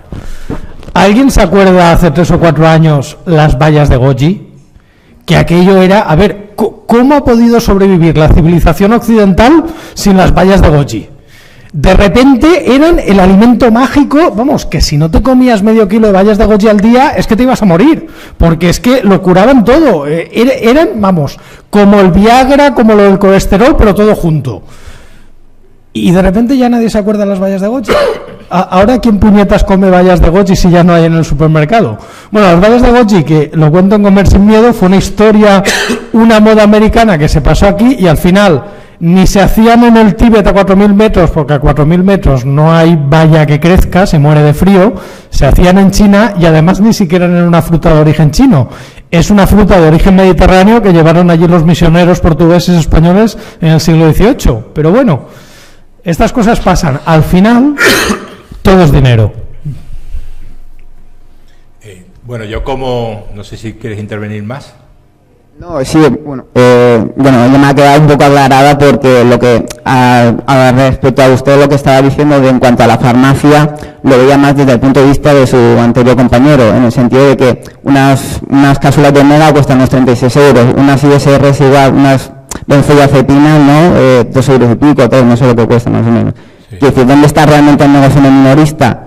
Pero realmente en el corporativismo de las grandes, como decía su compañero, en cuanto a la financiación, hay un estudio de X medicamentos durante X años, creen dar resultados, pero a eso me refería, gracias. A ver, el tema del sector farmacéutico, que al fin y al cabo es un sector químico, y yo incluyo dentro del sector farmacéutico lo que, como ha dicho José Miguel, se está vendiendo como complementos dietéticos, porque, digamos, la regulación es mucho menos estricta, mientras que para mí son auténticos fármacos. Voy a poneros un ejemplo concreto que a lo mejor todo el mundo lo conocéis. El Revidos. ¿Os suena el nombre? Una caja valía, yo creo que a lo mejor ya pasó un poco de moda, pero una caja valía para un mes 50 euros. El Revidos lo vendían como resveratrol puro. ¿Suena el nombre de resveratrol? Resveratrol es el componente mágico que tiene el vino tinto y que es cardioprotector.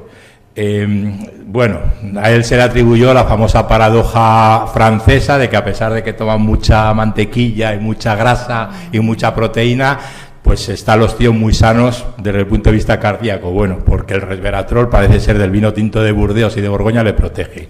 Bueno, entonces resulta que el investigadores del Consejo, del CEBAS de Murcia, aparentemente irradiando con luz ultravioleta unas uvas tintas, consiguen mayor concentración de resveratrol. Hacen una patente y esta patente se la venden a una empresa que se llama Acton Pharma, y Acton Pharma lo publicita, lo comercializa. Todo esto en un tiempo pues de un par de años. Vamos a comparar ese proceso de llevar algo al mercado de un complemento dietético de un par de años pues con lo que supone el desarrollo de un fármaco, que las fases preclínicas y clínicas suelen durar entre 10 y 15 años, y como dice José Miguel, con una patente que te dura 20, si patentas el primer día tienes 5 años de explotación.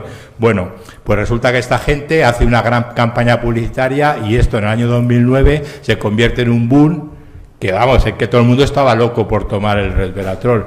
El resveratrol, primero cuando uno ve la fórmula, sabe química y ve cuál es la fórmula, la estructura del resveratrol y ve lo que está pintado en la caja, dice, ¿qué me están vendiendo aquí? Esto no me están vendiendo resveratrol. Efectivamente, lo que ocurre en el proceso ese de irradiación de las uvas tintas, el resveratrol se transforma químicamente, igual que yo comentaba esta mañana, que cuando horneamos el pan, lo estamos convirtiendo sus componentes en otras cosas, pues aquí pasa lo mismo. Bueno, el caso es que lo venden y resulta que este componente está demostrado que tiene actividad estrogénica. Imita al estrógeno, que es la hormona sexual femenina. Cuando uno toca el sistema hormonal hay que tener muchísimo cuidado, porque evidentemente lo podemos desequilibrar fácilmente. Claro, al final el resveratrol es antioxidante, que dicen que protege las células y te evita el envejecer. De hecho, lo vendían como la píldora de la eterna juventud. Y al final resulta que todo ha desaparecido. Ya de hecho a nadie os suena el nombre de Revidol, me parece raro, porque fue el complemento dietético de moda hace 4 años. Y ahora mismo ya no lo usa nadie. ¿Por qué? Porque la gente se ha dado cuenta de que es un timo.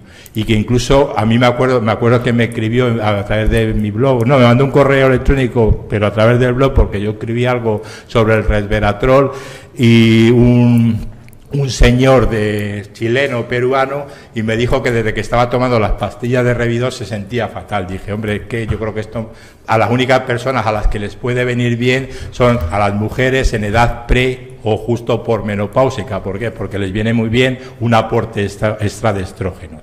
Bueno, el caso es que todo esto fue un boom.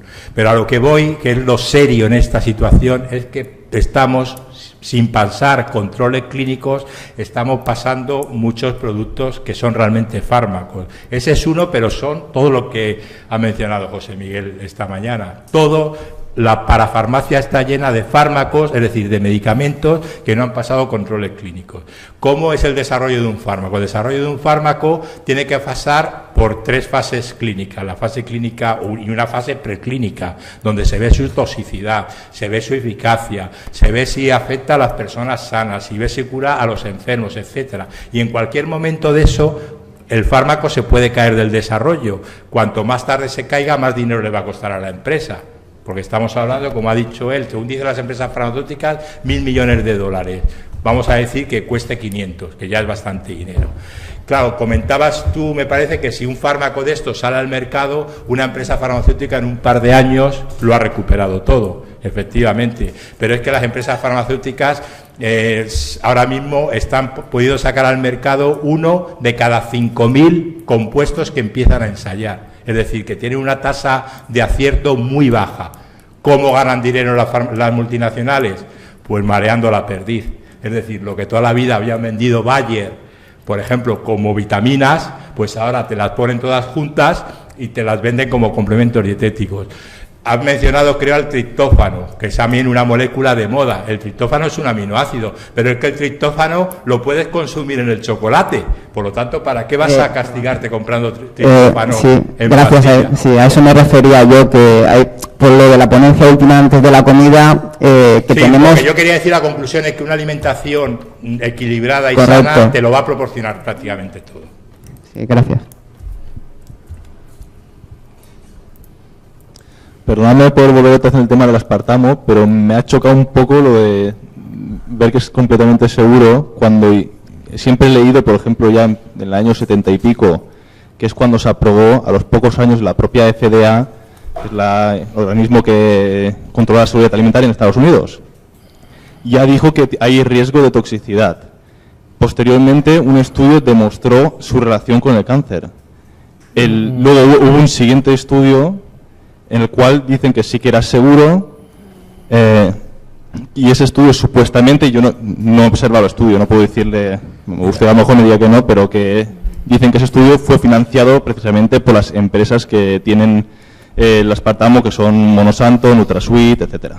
Bueno, y luego justamente me he metido otra vez, un momento en Google, me sale un estudio de, no sé, 2000 o por ahí, sobre 1.800 ratas, en las cuales se aumentó significativamente el riesgo de cáncer, incluso a dosis que se recomiendan seguras para uso humano.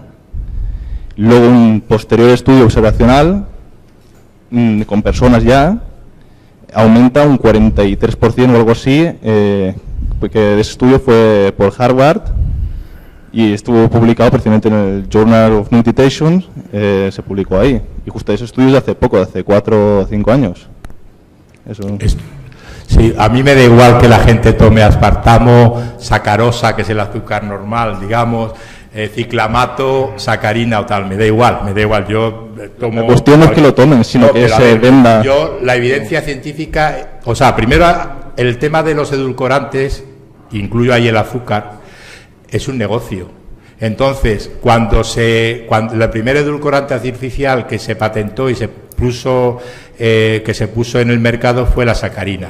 La sacarina que inventó un ruso trabajando en la Universidad de Columbia o Cornell, una universidad del estado de Nueva York, creo que fue en Cornell, y este hombre lo hizo a escondidas de su jefe y lo patentó a escondidas de su jefe, y además su jefe era una persona muy importante porque fue el primer presidente de la Asociación de Químicos Americanos, de la ACS. Por supuesto, esto tuvo conclusión que evidentemente Faber, que así se llamaba el químico ruso, Konstantin Faber, no pudo nunca vender, o no pudo vender en los primeros años sacarina en Estados Unidos. Luego lo que pasa es que hubo una crisis del azúcar de caña, no sé qué líos había en Cuba, que era su proveedor, y entonces la gente se acordó de que podía haber edulcorantes alimentarios alternativos, y fue cuando la sacarina empezó a subir y a vender. Y entonces en toda la historia de los edulcorantes alimentarios siempre ha habido esa historia, esa pequeña o gran historia de intereses económicos detrás.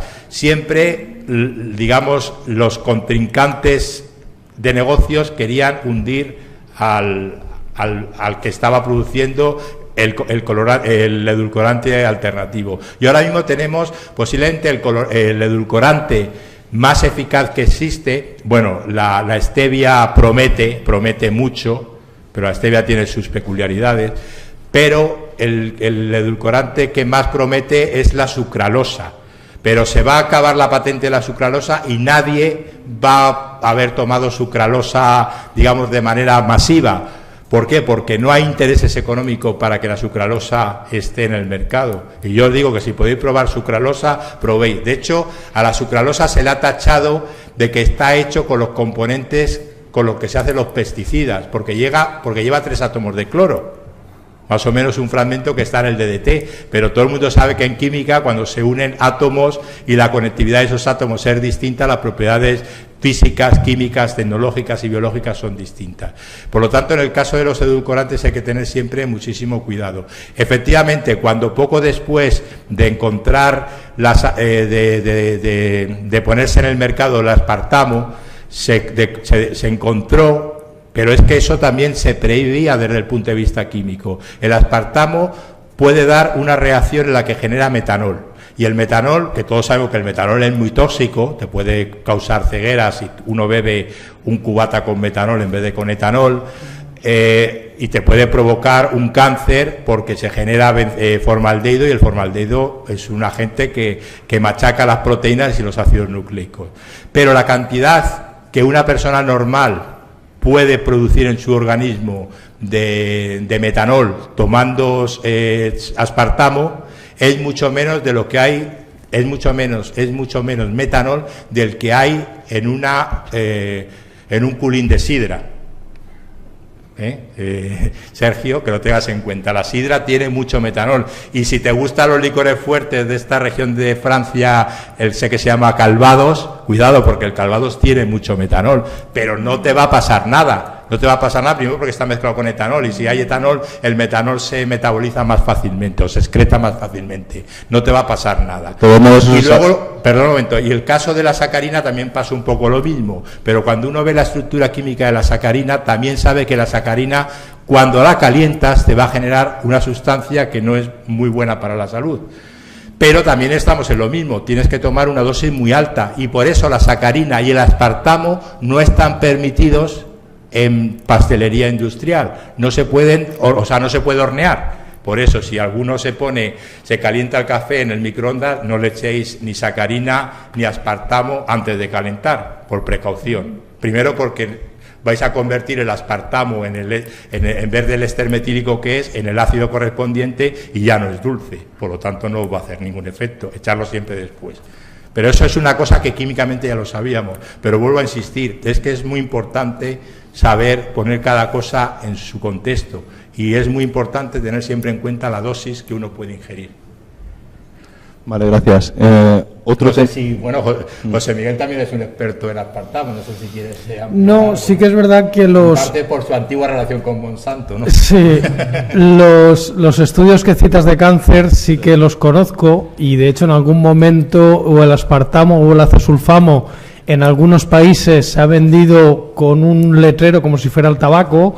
El consumo de esto, hay indicios que tal, pero luego se ha demostrado que los estudios aquellos que producía cáncer de vejiga en ratones no era un buen modelo porque parece ser que el ratón tiene un metabolismo que no es traspolable al humano. Pues que si vamos, por ejemplo, años atrás, también hay estudios que decían que el tabaco no era cancerígeno. Y sin embargo, hoy en día eso no lo pone nadie en duda. No, en los primeros estudios de que el tabaco era cancerígeno fueron de Richard y Doll de los años 50. Y se da la anécdota que se hicieron públicos y el que los estaba haciendo públicos estaba fumando. Los estudios los tenemos. Otra cosa es que la gente no les haya hecho caso, no les haya publicitado, pero en la bibliografía estaban. Y son estudios de hace 64 años. Estaban los estudios, pero oficialmente no se aceptaba como cancerígeno. A eso me refiero. A ver, una cosa es que, como dice José Miguel, no se acepte o la gente no quiere hacerlo caso o las autoridades no tomen a eso me refiero. Pero estoy convencido del primer momento en el que un químico conoce el proceso de combustión del tabaco, sabe que eso es cancerígeno. Yo no sé si es como dicen en el año 50, que es cuando se hicieron el estudio experimental. Date cuenta que los productos cancerígenos del tabaco normalmente suelen proceder de los hidrocarburos aromáticos polianulares, que se suelen metabolizar y lo que hacen es que también deterioran proteínas y ácidos nucleicos. Eso es la base molecular de por qué estos compuestos y el tabaco entre ellos son cancerígenos. Y eso no se conocía hace 100 años. Hace 100 años no había ningún científico en el mundo que estudiase esos compuestos. Pues estamos hablando de eso de mitad del siglo pasado, ¿no? Pero eso está muy claro. Con el tabaco siempre se le dio mucho peso y es verdad que hay que dárselo a la nicotina, porque la nicotina realmente también es un veneno. Pero bueno, es decir, me parece muy bien que no quieras consumir aspartamo porque, a ver, cada uno es libre de consumir lo que quiera. Yo personalmente me gusta el café tal cual, entonces no consumo ni aspartamo, ni azúcar, ni nada. Pero si lo que te preocupa es el aspartamo, tendrían que preocuparte muchas más cosas, pues por lo que he dicho, si el problema del aspartamo es el producto de degradación, que es el metanol, pues mira, la misma tomate que te he puesto esta mañana, la composición química también tiene metanol, el mismo culín de sidra. Entonces, claro. Evidentemente hay muchos más productos que también son peligrosos. Sí, pero claro, solamente te preocupas del artificial y no del natural, que puede ser mucho peor. Por ejemplo, la harina de almortas. Pero bueno, eso ya es elección personal de cada uno. Pero digamos, oficialmente, con los datos que tenemos, no hay motivo para hacer una alarma sobre el aspartamo, porque entre otras cosas lo más fácil sería quitarlo del mercado, porque hay alternativas. Sí. Pero claro, para que un gobierno lo quite del mercado, tiene que tener pruebas sólidas, y de momento las pruebas sólidas no las tenemos. Y el aspartamo, su patente caducó hace ya muchísimos años. O sea, que es que tú mañana en tu casa puedes hacer aspartamo, además es que se hace muy fácilmente. De todos modos, venderlo y nadie te va a decir nada. De todos modos, vienen de 4 empresas, prácticamente son los que producen todo el aspartamo mundial, o sea que, aunque esté liberada la patente, sigue siendo los iniciales que los que siguen produciéndola, o sea que sigue habiendo interés económico ahí atrás. Bueno, mira, hay un ejemplo mucho más divertido, que es el de la stevia. La stevia es una planta que tradicionalmente se consumía en Sudamérica porque tiene un poder endulzante muy potente. Claro, el problema es que esa planta no se ha consumido en Europa, y cuando se empieza a consumir en Europa, dijeron, hey, esto no se puede vender para consumo. Sí, de hecho se prohibió, sí. No está prohibida. ¿No? Ahora no, pero que se tuvo que hacer un estudio para certificar que era seguro para poder venderlo aquí en Europa. Porque a ver, pero es que esa es la ley de nuevos alimentos que se exige a todos. Si tú quieres vender un alimento nuevo, tienes que pasar por una ley de nuevos alimentos que es especialmente dura porque es la ley que se hizo para los transgénicos, pero claro, por esa ley o muy parecida va cualquier nuevo alimento. ¿Qué pasa con la stevia? Que no superó esa ley de nuevos alimentos. ¿Por qué? ¿Porque le tenían manía? No, sino porque tiene compuestos que tienen efecto en la tensión arterial, porque tiene compuestos que inducen esterilidad masculina. De hecho, uno de los usos tradicionales era como anticonceptivo entre los indios del Paraguay, etcétera, etcétera. Entonces, un compuesto que tenga actividad farmacológica no se puede autorizar como alimento. Pero ¿qué pasa? Que la molécula que da el sabor dulce, que es el estebiósido, sí que se ha autorizado y ahora es la E960. Está en la lista oficial de aditivos. ¿Qué ha pasado? Pues han estado todos los grupos de consumo de stevia haciendo la campaña, ¿qué tal? Se ha autorizado, ¿y quién se ha puesto a vender estebiósido? Todas las grandes multinacionales. Ahora tienes Coca-Cola con stevia, Natrin con stevia, al final... El frasco famoso azul que yo decía antes de aspartamo existe el mismo, pero con el tapón amarillo, y es el estebiósido. Al final dices, todos los que han hecho la campaña de productos naturales, consumir stevia y tal, no sé, estarían trabajando para estas multinacionales, ¿no? Porque son las que ahora están haciendo negocio con la stevia.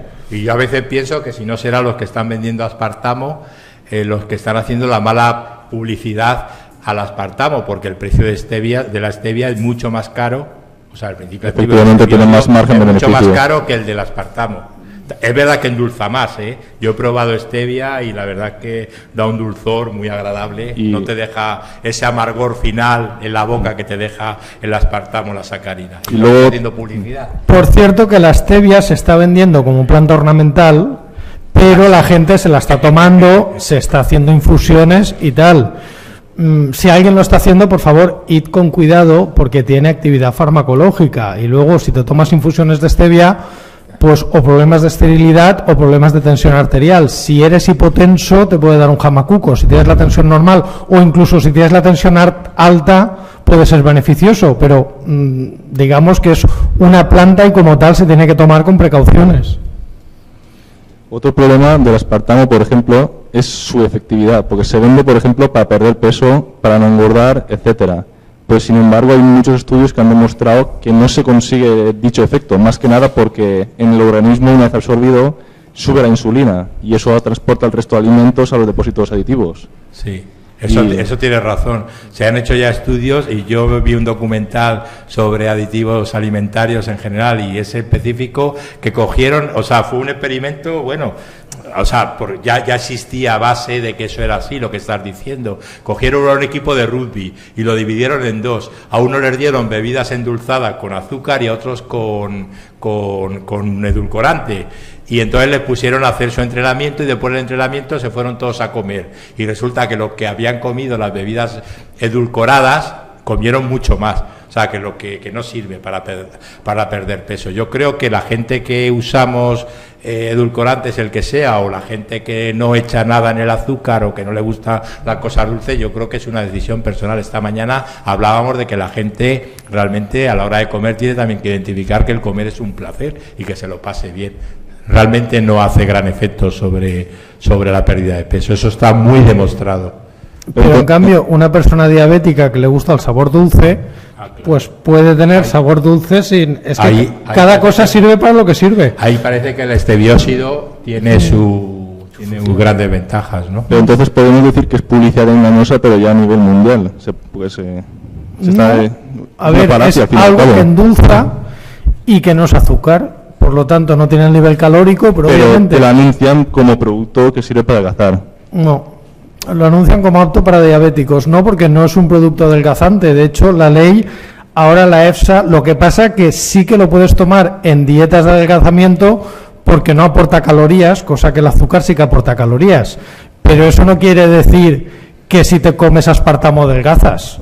Lo que quiere decir es que tú puedes sustituir el azúcar por el aspartamo y te ahorras las calorías del azúcar, pero el aspartamo no es un producto adelgazante, ni la sacarina, ni el estebiósido, ni tal. Solamente te aporta sabor y te aporta muy pocas calorías, nada más. De acuerdo. Y quería cambiar un poco radicalmente de tema, y era por el tema de los transgénicos, no el tema de que si son seguros alimenticiamente o no. La única cosa que veo un poco de preocupación que pueda haber por el tema de agricultores y todo eso, es el tema de que se pierde el derecho sobre la producción. O sea que las semillas están, al ser modificadas transgénicamente, a no ser que estén liberadas, están bajo la propiedad intelectual. Y entonces un agricultor no puede sembrar libremente si no es pagando, y luego puede presentarse otro tipo de problema, que por ejemplo, tu vecino planta un transgénico y por viento y todo eso te sale un brote a ti, y se han dado casos, que eso está en periódicos y todo eso, que luego los inspectores ven que tú tienes transgénicos en tu campo, pero no has pagado por ellos, te pueden denunciar. ¿Estás seguro? De eso le digo casos, sí. Vale. Primera, lo de la patente y la propiedad intelectual, ¿eso es un problema de los transgénicos? De muchas cosas, pero es una cosa que siempre ha sido natural, que siempre, digamos que hemos tenido el derecho sobre... ¿La agricultura siempre ha sido natural? No, cuando me refiero a natural es que hemos tenido siempre libertad de poder producir, de poder cultivar. ¿Y se ha perdido? Quiero decir, ahora hay un problema muy serio en el campo valenciano con una variedad de mandarina que es la Nardorcot, que es propiedad del gobierno de Marruecos, que los agricultores se la han ido injertando, y cuando ha venido la inspección les ha caído un puro y han tenido que pagar una multa, y no es una variedad transgénica. Es una variedad no transgénica, pero es que aquí caímos en el error de pensar que solamente los transgénicos están registrados. No solamente, pero todo en la agricultura está registrado, y todas las variedades que se utilizan están registradas y están pagando royalties. Entonces, no es un problema de los transgénicos, es un problema de propiedad intelectual que afecta a todo. Que sea más justo o más injusto, pues bueno, es el sistema que hay. Un agricultor es libre de, si no quiere pagar royalties, no pagar una variedad registrada o una variedad certificada. El problema es que normalmente, si elige una variedad registrada, sea transgénica o no, es porque piensa que le va a dar más rendimiento y más beneficio. De la misma forma que tú, cuando te compras un teléfono móvil, sabes que estás pagando un porcentaje muy alto en royalties, pero tú decides si quieres tener un teléfono móvil o no. Entonces, ese problema, para empezar, no es un problema de los transgénicos, porque sea o no sea transgénico, va a estar registrado. Respecto al tema de la contaminación, el caso concreto que citas, que supongo que será ese porque no hay otro, es el de Percy Schmeicher, que era un agricultor que vivía en Canadá, que él decía que se le habían contaminado de transgénico sus plantas. Claro, el problema no es que sus plantas fueran transgénicas. El problema es que este señor lo que estaba haciendo era sembrando al lado de un campo transgénico, y todos los que estaban en el borde utilizándolas para hacer semilla y vendiéndolas. Es decir, era un caso de piratería industrial, que es exactamente el mismo problema que están teniendo los naranjeros valencianos con la Nardorcot y el gobierno de Marruecos. Luego, además, el final de la historia fue que, como esto pasó en Canadá, y en Canadá la ley de Estados Unidos no tenía aplicación y no se había traspuesto la normativa, porque eran países diferentes, al final salió absuelto por un vacío legal. O sea que al final no se ha condenado a nadie.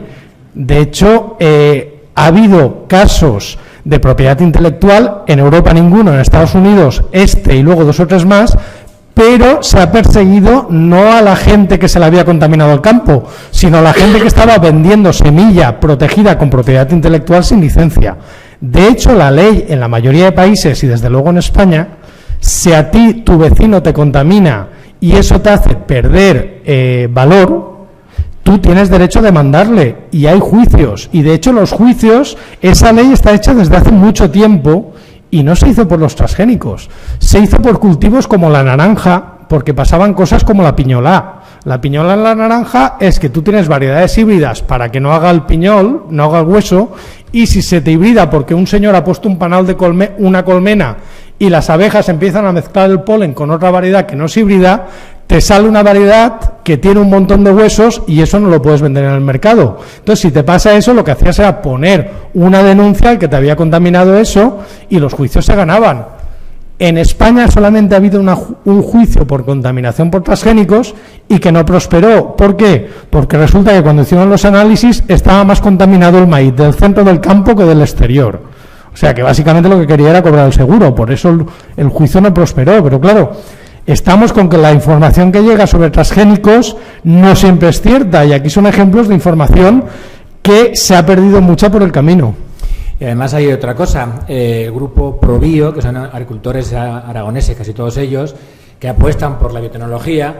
Muchas veces comento con ellos y me dicen que ya que tengo la opción de difundir en los medios de comunicación nacionales, que por favor que diga a todos los grupos ecologistas que no les defiendan, que ya se defienden ellos solos, que la idea esa bucólica pastoril del agricultor con la boina y tal, con el arao, que ya está bastante obsoleta, que muchos de ellos son empresarios que tienen varias carreras de ingenierías y demás y que se defienden solos.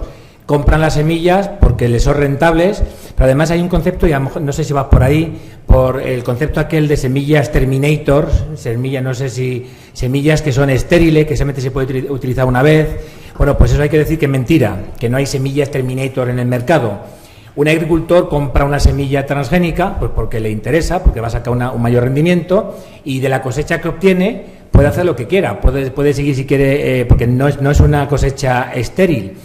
Con lo que juegan las empresas es con el concepto de hibridación. De variedad híbrida.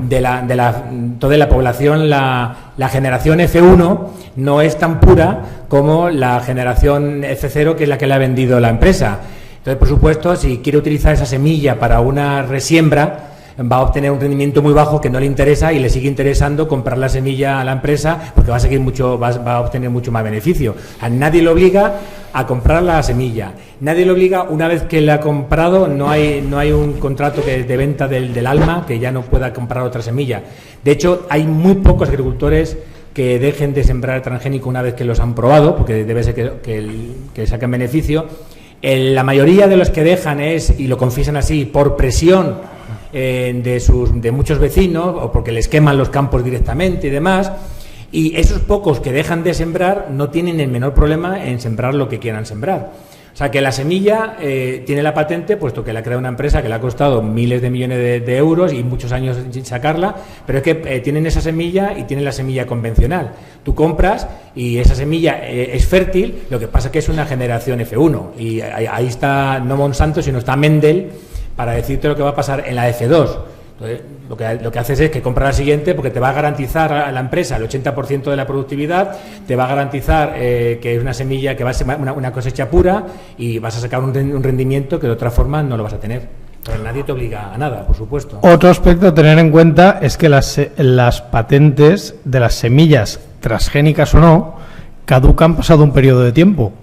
Entonces, las transgénicas están a punto de caducar las primeras, por lo tanto dentro de poco ya tendremos transgénicos genéricos, pero es que además muchas se han desarrollado libres de patentes, por ejemplo el arroz dorado, por ejemplo la judía resistente a virus. Entonces, claro, lo de asociar transgénicos con patente no es del todo cierto, hay algunos que sí y hay algunos que no. Bueno, algo que fue, de mi punto de vista, bastante ignominioso, me produjo una tristeza profunda, fue cuando el terremoto de Haití, que enseguida muchos medios de comunicación afines a grupos potentes ecologistas empezaron a decir que Monsanto ya había aprovechado la coyuntura para intentar introducir en Haití sus semillas transgénicas y demás, para esclavizar comercialmente a la población haitiana, que lo único que querían era sobrevivir después de un terremoto que les había dejado a todos sin alimento y en la calle. Creo que fue Monsanto quien ofreció no sé cuántos miles de toneladas de maíz, de un maíz especial, pero libre, sin ningún tipo de compromiso por parte del gobierno de Haití y nada. Y enseguida salieron algunos grupos ecologistas, entre ellos Greenpeace, amenazando a Haití que si aceptaban ese maíz perderían todas las posibilidades de colaboración en un futuro y demás. A un país que se había quedado literalmente en la calle y sin la posibilidad propia de alimentarse. De acuerdo, gracias por la aclaración. Bueno, ¿alguna pregunta más? Vale. ¿No? Esta va a ser la última pregunta, ¿vale? Para tener un poquito de descanso. Buenas tardes. Era una cuestión sobre el principio de precaución que se había hablado antes. Yo entiendo que pueda tener un origen que tenga pero bueno, creo que hace poco, no sé, que Juan Ignacio Pérez me suena que escribió un artículo que hablaba de que es un poco sin sentido, ¿no? Si por precaución no hacemos nada, no, a lo mejor si en su día con las ondas de radio, las emisiones de radio, no, por precaución no hagamos nada, pues no tendríamos ni móviles, ni internet, ni historias, ¿no? Que puedo entender que tiene un origen, ¿no? Pero a lo mejor cuando hablan en la precaución respecto a los transgénicos, pregunto, ¿podría ser no por ya el consumo, como decíais, de que yo me tomo el producto, o sea, el alimento transgénico y se asimila, sino que en el cultivo, no tampoco como decía el compañero atrás, sino que pueda contaminar, sino que puede haber un efecto sobre las plagas? También me suena que ha habido algo así, ¿no? Y luego otra cosa sobre el principio de precaución me suena que también en aquel programa de Salvados, el último que apareció, hablaba sobre la EFSA y la regulación. ¿No va un poco la regulación a veces un poco por detrás de, ¿no? Con aquello del bisfenol A o algo así, ¿no? O sea, se permite, todavía no están las pruebas a lo mejor muy claras y luego posteriormente se dice de cortar o algo así. ¿Qué quiere decir? Que entiendo un poco ese principio de precaución, pero en el fondo tampoco estoy muy de acuerdo, pero quería plantear esas preguntas sobre estos dos casos. Sobre el tema que has dicho, es que no es que no exista el principio de precaución, es que el principio de precaución está aplicado de sobra cuando ha salido al mercado. Tú has dicho de lo que puede pasar en el medio ambiente. Mira, te pongo un ejemplo. Una de las muchísimas cosas que se mira para poder sacar un transgénico al campo, ya no digo de comértelo, sino al campo, es que en esa zona no haya ninguna especie silvestre que pueda hibridar con ella, cosa que con un no transgénico no se hace. Entonces, por ejemplo, el único transgénico que se ha retirado la autorización una vez salido al mercado fue una remolacha en Estados Unidos en determinadas zonas, porque después de haberse autorizado se descubrió una especie de crucífera natural que no se conocía de antes y que podía tener cierta similitud con la remolacha. Entonces, por precaución, se retiró la licencia de sembrar en esas zonas. Pero esto es tan tonto, que, por ejemplo, en Europa ya os he dicho que solamente está autorizado el maíz que tiene tolerancia a insectos.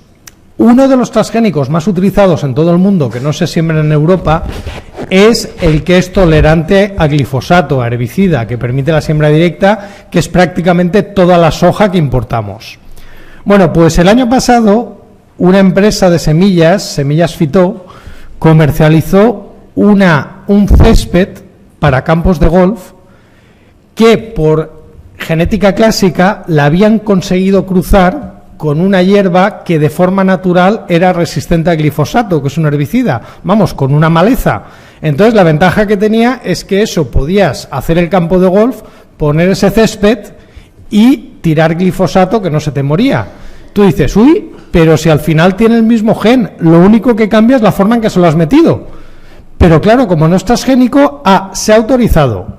¿Puede crear supermalezas y tal? Bueno, pues tiene el mismo peligro que el transgénico. Es más, existen 3 variedades silvestres de hierba en España que pueden hibridar con este tipo de césped. Y se ha autorizado igualmente. ¿Por qué? Porque como no es transgénico, no hay que mirar ni con quién hibrida, ni qué peligros tiene, ni tal. ¿Esto puede crear algún problema? Puede, pero es que como no es transgénico a la gente le da igual. Entonces, esa es la paradoja, de que en unas partes estamos pidiendo tanto y en otras partes no estamos pidiendo nada. Y lo que dices de la EFSA, hombre, pues la EFSA, como todos, hace cosas bien y cosas mal.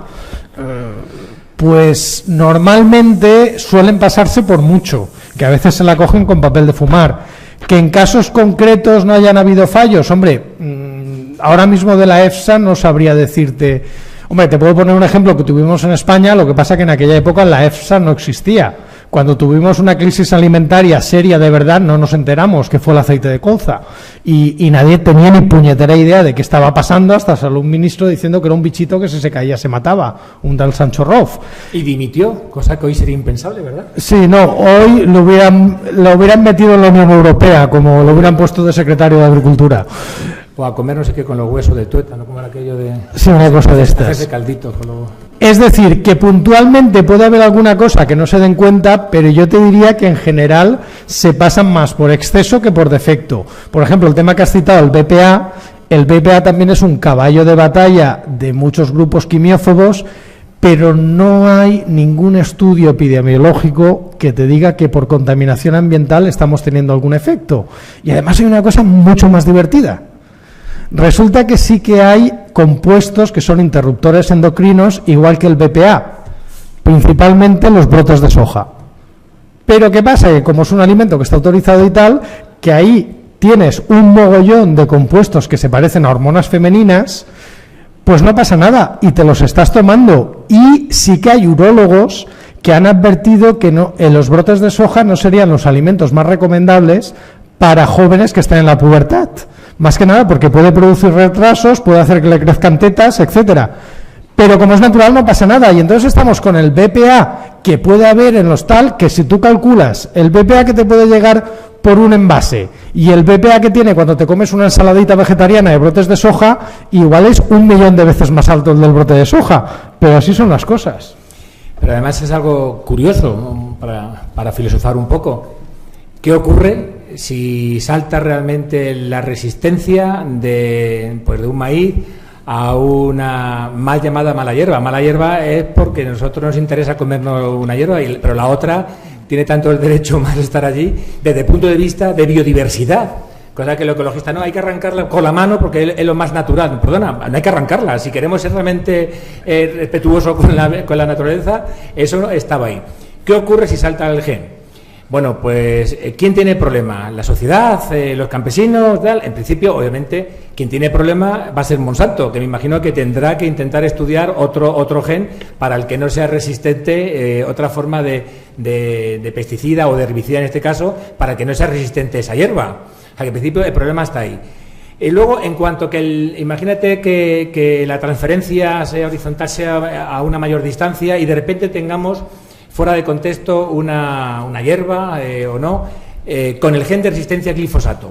Bueno, pues una cosa clara ya de genética clásica es que si un organismo tiene un gen que no le aporta ninguna ventaja, porque en ese campo nadie va a esparcir, a dispersar glifosato, pues lo más seguro, y esto se ha hecho en bacterias, es que en pocas generaciones esa característica sin presión ninguna evolutiva se va a perder. O sea que, en definitiva, y esta conversación la empezaba yo a mantener estos días en Twitter y he dejado de insistir porque estábamos llegando ya a unos cruces bizantinos que no me gustaban nada, por eso que comentaba antes. O sea que realmente la cuestión de las malezas o de las malas hierbas resistentes y tal, o incluso resistentes al BT y demás, al final, en definitiva, a quien le supondrá un problema será al que tenga que comercializar esas variantes, en definitiva, no a la naturaleza ni a la biodiversidad como tal. Gracias. Muchas gracias. Pues nada, yo creo que aquí acabamos ya el turno de preguntas de la mesa redonda. ¿Vale? Un aplauso para...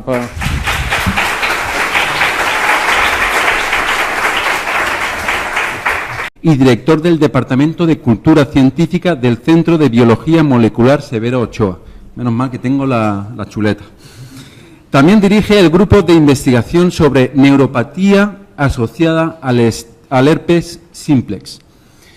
Como amante de la divulgación científica, colabora activamente en programas de radio, Radio 1, Radio 5, Radio Exterior de España, Radio Utopía, también de televisión, como Madrid Más D Televisión, el segundo canal de televisión, el canal de la UNED y también en prensa.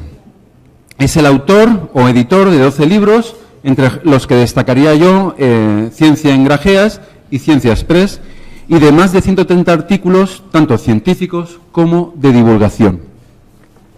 Por su parte, el comensal del extremo de la mesa se llama Bernardo Radón, investigador científico del Instituto de Química Orgánica General del CSIC, del cual ha sido director durante 4 años.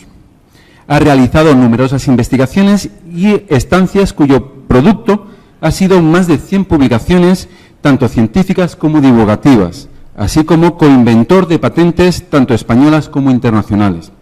En los últimos años ha estado implicado en más de 200 tareas de divulgación científica y educativa, entre los que destaca el libro de divulgación Los avances de la química.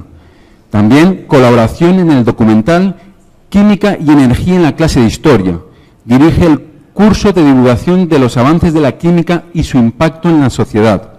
Y participa en el programa de radio A hombros de gigantes de Radio Nacional de España. Muy bien, yo creo que ahora voy a dar paso para que los ponentes hagan una pequeña introducción de lo que van a decir. Y nada, puedes empezar tú, Bernardo, ya que bueno, al final. Está encendido esto, ¿no? Sí.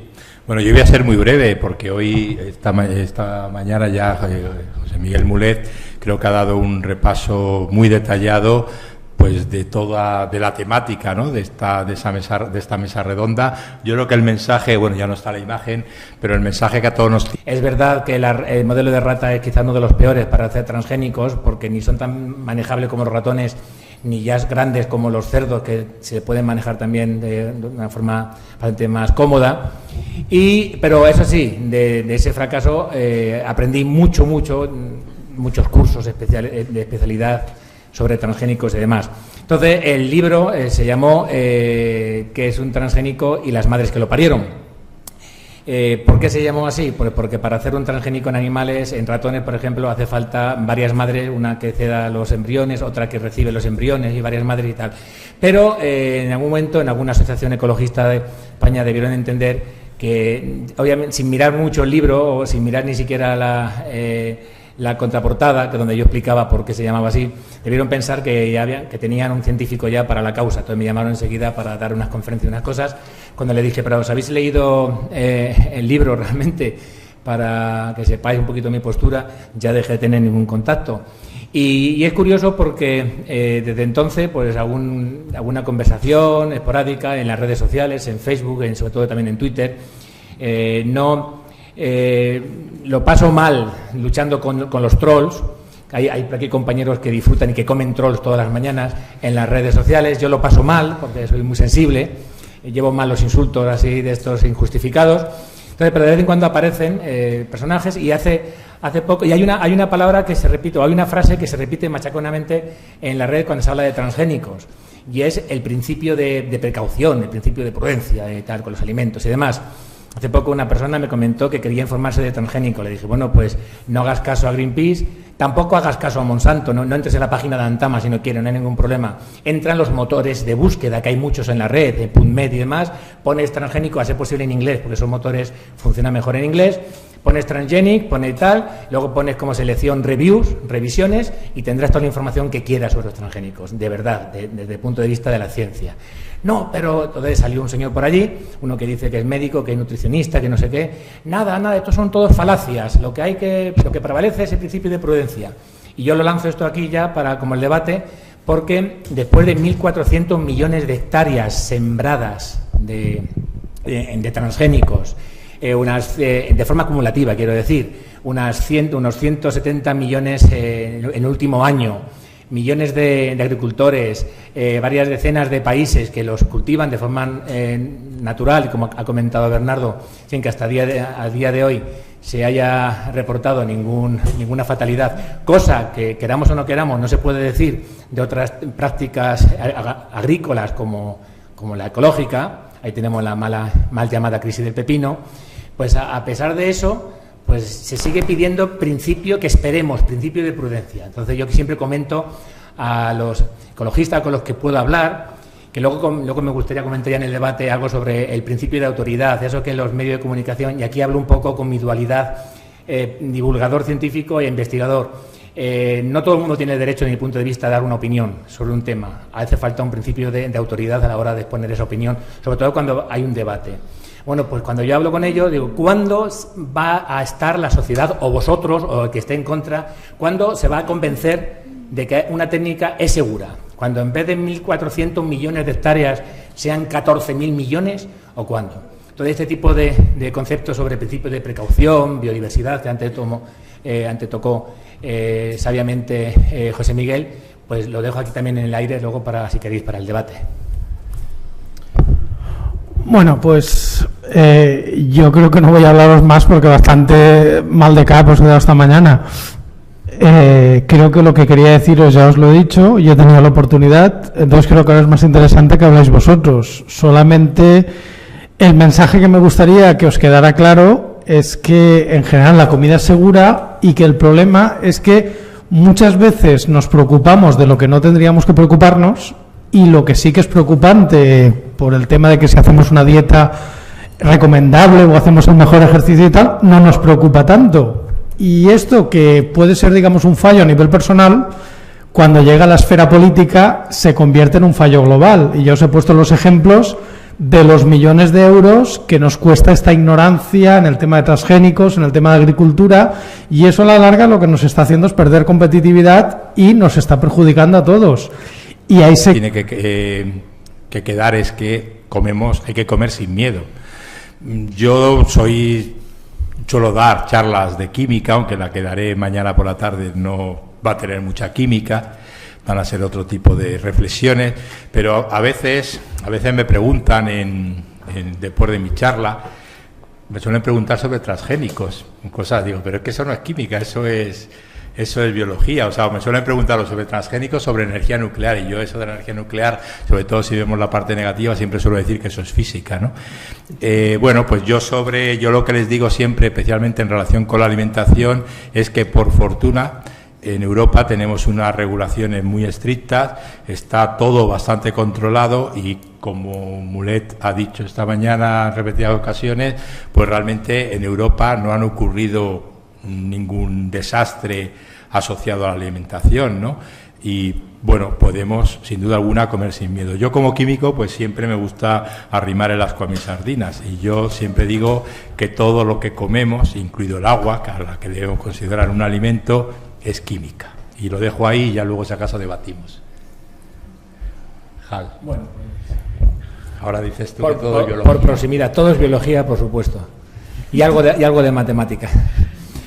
Bueno, pues aunque llevaba ya varias décadas dedicándome a la divulgación, uno de mis vicios malos que siempre he tenido, en la Feria de la Ciencia, Madrid por la Ciencia, que desapareció inexplicablemente, o la Semana de la Ciencia y demás, pues fue en el año 2000, precisamente cuando conseguí mi plaza como funcionario, la plaza fija. De repente me vi sin proyectos y sin financiación, y ahí aburrido, sentado en un sofá, pues alguien me propuso que dedicara un tiempo pues a escribir un libro, ya que tenía tiempo, ¿no? Como funcionario, los funcionarios al parecer tienen mucho tiempo libre. Pues y me puse a escribir un libro sobre transgénicos, no como experto, sino como fracaso como científico en ese sentido, porque llevaba como 4 años intentando hacer transgénicos. Es verdad que era una cepa de una rata Luis muy especial, que a día de hoy no se ha conseguido transgenizar. Algunos de vosotros me ha preguntado por las revistas que habían ahí, que han volado enseguida, no teníamos para todos, pero por si alguien quiere leerlos, están disponibles vía web, ¿vale? Solo tenéis que ir a la página escépticos.es.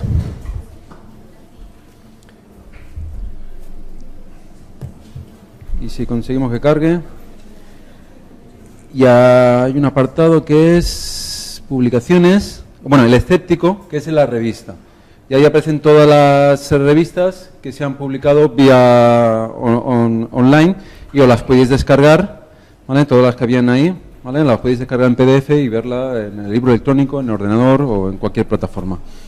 Muy bien. Dicho esto, vamos a empezar la mesa redonda.